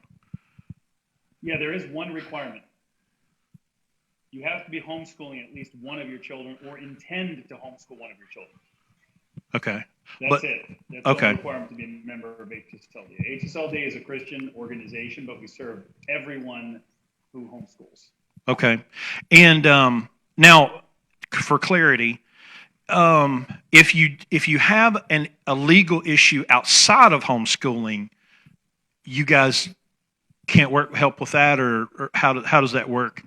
Well, so that's right. I mean, we're a homeschooling advocacy organization, so we deal with homeschooling issues. Now, if it's related to homeschooling, public school sports access, or trying to get a job because you're being discriminated against on the basis of your homeschool diploma, those are things that we will help with. So if it's related to homeschooling, related to your homeschooling, or your child's homeschooling, getting into college, getting in the military, these kinds of things, we help with those things. Social services investigations that are not related to homeschooling, we will assist most In most cases, during the initial part of the investigation, when the social worker is making contact, we'll advise you as to your rights and try to assist you in how to handle the situation. Occasionally, we'll get involved, but it's a case-by-case situation. So we try to provide, as much help to our members as we can, but it is primarily homeschool related. I mean, don't call me if you have if your neighbor's turning the music up too loud and you want to sue them. I'm not going to be able to help you with that. Okay. Any other questions for Mike from the audience?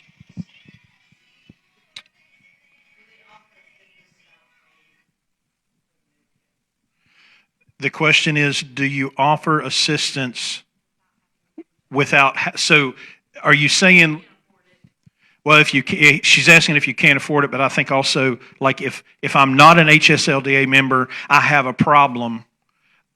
Maybe I don't know about HSLDA and I have a problem and somebody says, hey, call HSLDA, or if she's talking about if they have an issue affording the membership. So it's $12 a month. I think most people can afford $12 a month, but if you can't, we have a scholarship program. We understand that people, especially in parts of West Virginia, it's tough. We understand that. And when you're trying to homeschool, you got these extra expenses. So we understand that. So we have a scholarship program. You can go to HSLDA.org, and we have a compassion program. And if you meet the income guidelines, you can get a free HSLDA membership. We have people who donate to HSLDA specifically to provide membership for people who have a hard time finding the $12 a month to sign up for HSLDA. If you're having a legal problem, that is no bar to membership. You can join anytime. Now, it's a good idea to join beforehand because here's the reality. If you join HSLDA, that means you're getting our emails. That means you have access to our website. That means you hopefully read the summary of the law. And so you're doing things right. If you're a member of HSLDA, you call us at the very first hint of a problem. You get a phone call from the school, you get a letter from the school, you get a call from the social worker. You're calling us before things get out of hand. If you call me before things start to get rolling down the hill, I guarantee I can keep them from rolling down the hill, almost certainly. It's harder to get the rock back up the hill when it's halfway down the hill and it's rolling real fast. But nevertheless, that's what we do. We still get in the way of that rock, and we're usually able to stop it from rolling down the hill.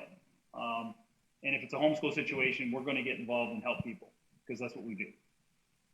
I've got a question here from Jessica. First-time homeschool parent, sent the Board of Education a notice of intent and received a red receipt from the post office. Do we need to receive something from the school board before proceeding with homeschooling? No. No, you do not. Now, I have seen.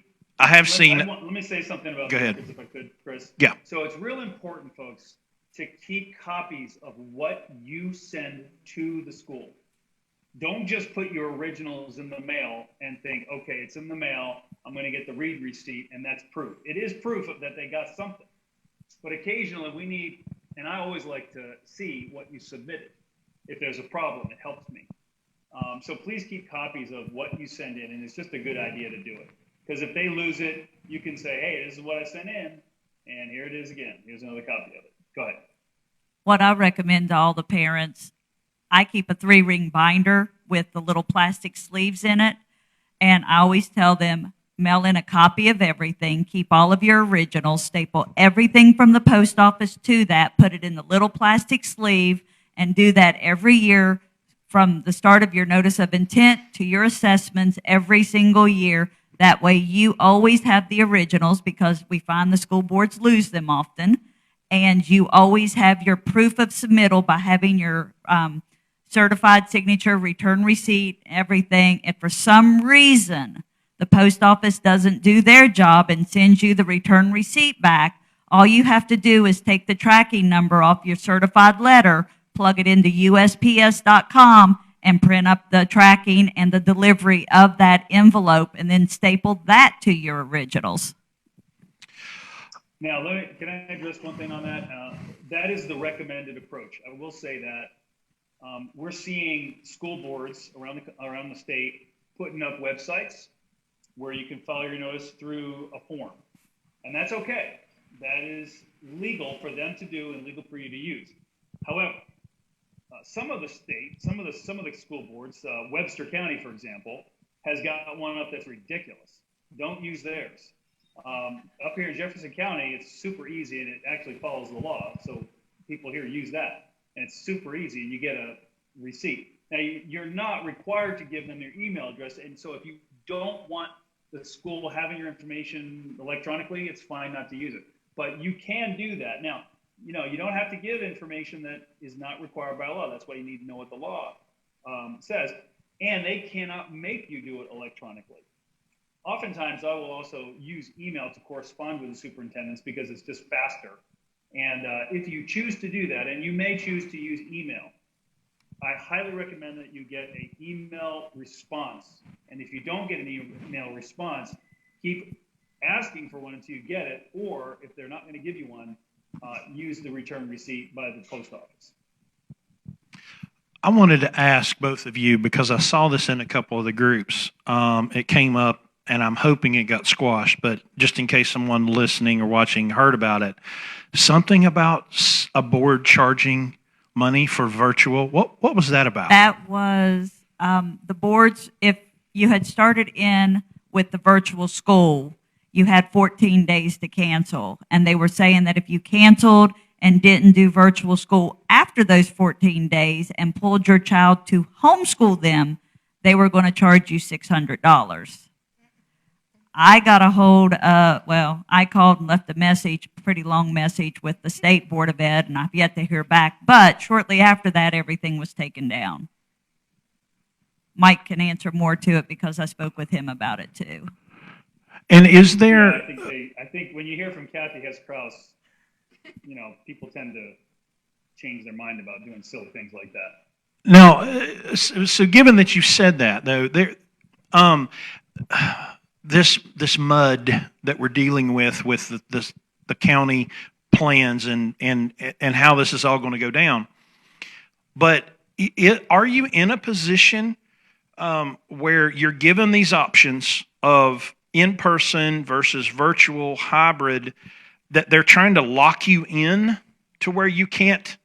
Or are they trying to just tell us that once you pick this, you have to go that way? They can't lock you in. They're just trying to tell you that because most parents won't know the law to say, no, you can't do that. They'll automatically go, oh my gosh, I can't do that. I don't have $600.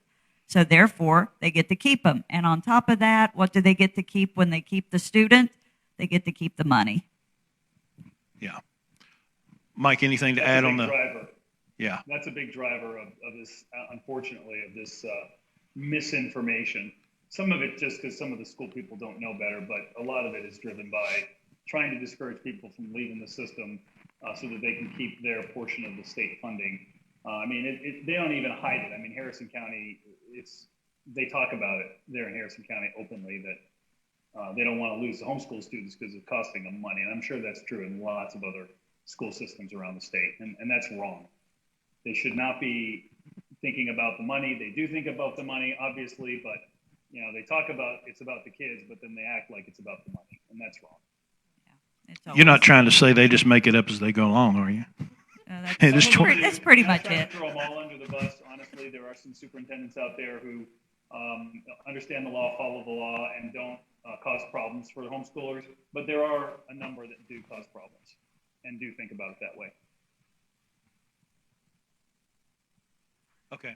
All right. So, wow, it's 7:00. Does anybody here have anything that they would like to share from their experience as a homeschooler?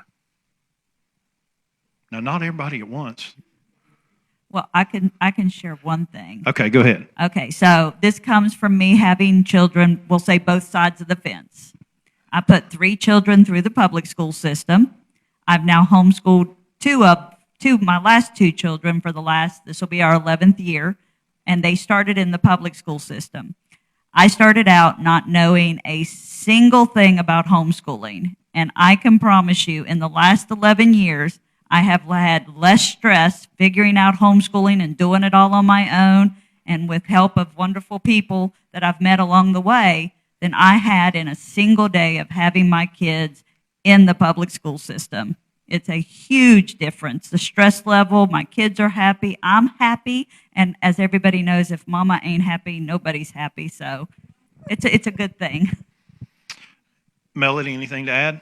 Yeah, I just want to say I've talked to so many people recently that are beginning this journey of homeschooling, and I want to tell you that you can do this. It is not that hard. Teaching is not rocket science.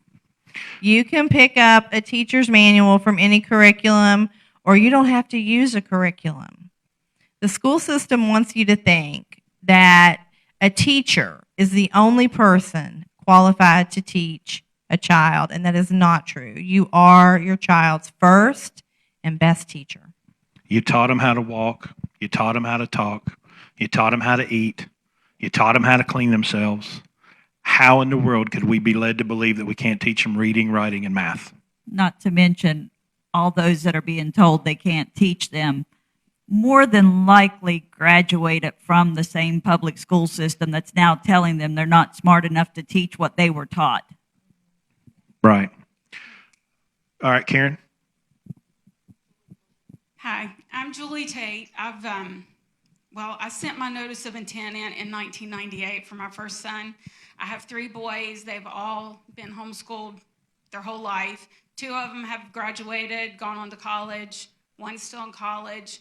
One is married and gone and is a software engineer and doing great. I just wanted to add to what she was saying about high school. We had no problems homeschooling through high school, especially when you realize when you get into it that it's going to be difficult if you try to stick them back in the public schools. They're going to make it difficult for you. So if you just commit to it, you will always find the way and the resources and everything that you need to get the job done. Also, I had 2 boys that have gone on to college. I never had a problem with a transcript being accepted. We've had one from West Virginia Tech and one from Marshall, and no problems, never even a question about it being a homeschool transcript. And I also wanted to bring up, although I agree 100% with what these ladies said about the portfolios, I have also tested for many, many years with Christian home educators. If you have a kid that does very well and can test well and really just doesn't have any issues, it is a very easy way to do your yearly assessment. I had 2 that did fine. My third one wasn't a great tester. He has developed over the years, so I kind of had a few years of doing portfolio, and then we went back to testing, and he does fine in testing now. And it's just really based on everything is individual. It's all about the kid. That's what you'll learn from this. But mostly I just wanted to touch on those 2 things because I do have the high school experience and I did have a lot of testing experience, and testing portfolios, they both worked really great for us. So anyway.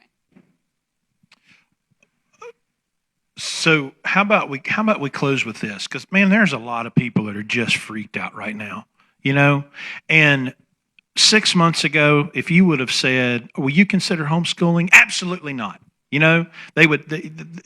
It's the absolute last thing they would have considered. But now they have been terrorized into a position, and I think there's a lot of people that are like, well, I'm going to dip my toe in and see how it goes, and then I'll just jump back out. So maybe just the 3 of us real quick. Making decisions from fear is never a good idea. But here we are, and there's nothing going to change it. So for those of you that are finding yourself about to do something you may have said you'll never do, maybe just in closing, maybe Mike, start with you.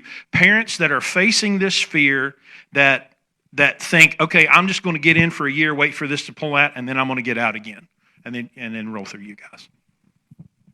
Well, I think what that parent is going to find is that they enjoy the experience and they're not going to want to get out of it. Homeschooling provides a home-centered life, which is good for children and good for families. Your child will learn more at home in an hour a day than they would learn in a week at the public school. Preach. It's not necessarily their fault, although some of it is. It's more the system. I mean, there's good people in the schools, there's bad people in the schools. But it's an institution. And do you want your child in an institution? You can do it. We can help. There's lots of people around who can help you. And Chris, I want to thank you. I'm going to jump off here.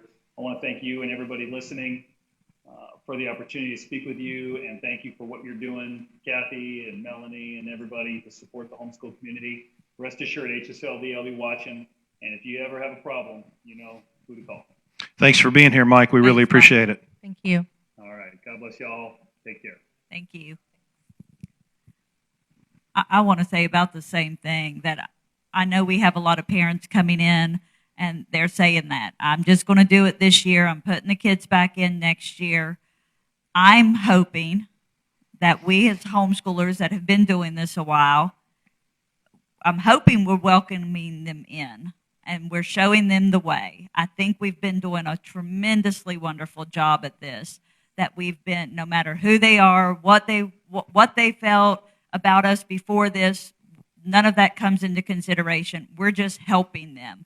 And I'm hoping that over this next year that they find out that the love that we have for homeschooling is the same love they're going to have for it, and that they're going to discover a whole new world out there, and that not only are their children doing schoolwork for a fraction of the time that they would in public school, but that they are also getting their families back, because now they're not doing hours of homework at night. Now they're not stuck with a school schedule that means they can't travel or they can't go someplace with maybe dad that's traveling for work or something. I'm hoping that they discover the love that we have over this next year, and we're here to help them do that. Yeah, I agree a lot with what Mike said. I think that people are going to see that they love this. It's a wonderful way of life. And I think that as a community, I do feel, as Kathy said, that we have been very welcoming to people coming in. And I hope that they will feel that, and that they will see that we are here to help them, and that this is a big community. The homeschool community in West Virginia is fantastic. It has grown so much since Kathy and I started homeschooling. I think we started about the same time, and it has grown tremendously, and it is very warm and welcoming, and we are here for you. And I think that people are going to see that they love this. I mean, sure, there's going to be people that send their kids back for one reason or another, but I really think there's going to be a lot of people that decide to keep their kids at home. Yeah, because I can tell you from my own personal experience, the last 10 years of my life has been a journey of discovery. It started with asking questions. It started with asking questions I wasn't supposed to ask. It started with challenging things I wasn't supposed to challenge, And so what I think has been great about Karen and my experience is in 2011, we started down this road not realizing that it was going to educate us too, because it becomes family learning, because life is learning, and going to the grocery store is learning, and going to the amusement park is learning, and going to get the car worked on and the oil change is learning. These are all opportunities and teachable moments that I think a lot of times we take for granted, because like Kathy said, they go to school for 8 or 10 hours and then they come home and they got to do 3 or 4 hours of homework and you got to, and then they're in bed and then they're up again, and we miss that life just blows by. So I appreciate everyone for being here, everyone for tuning in online. For those of you that are here, if you go out this back door, we can go back into the activities building. These ladies are going to set up the tables so you can ask some questions. And so that's it. Appreciate everybody being here. Thank you. Thank you.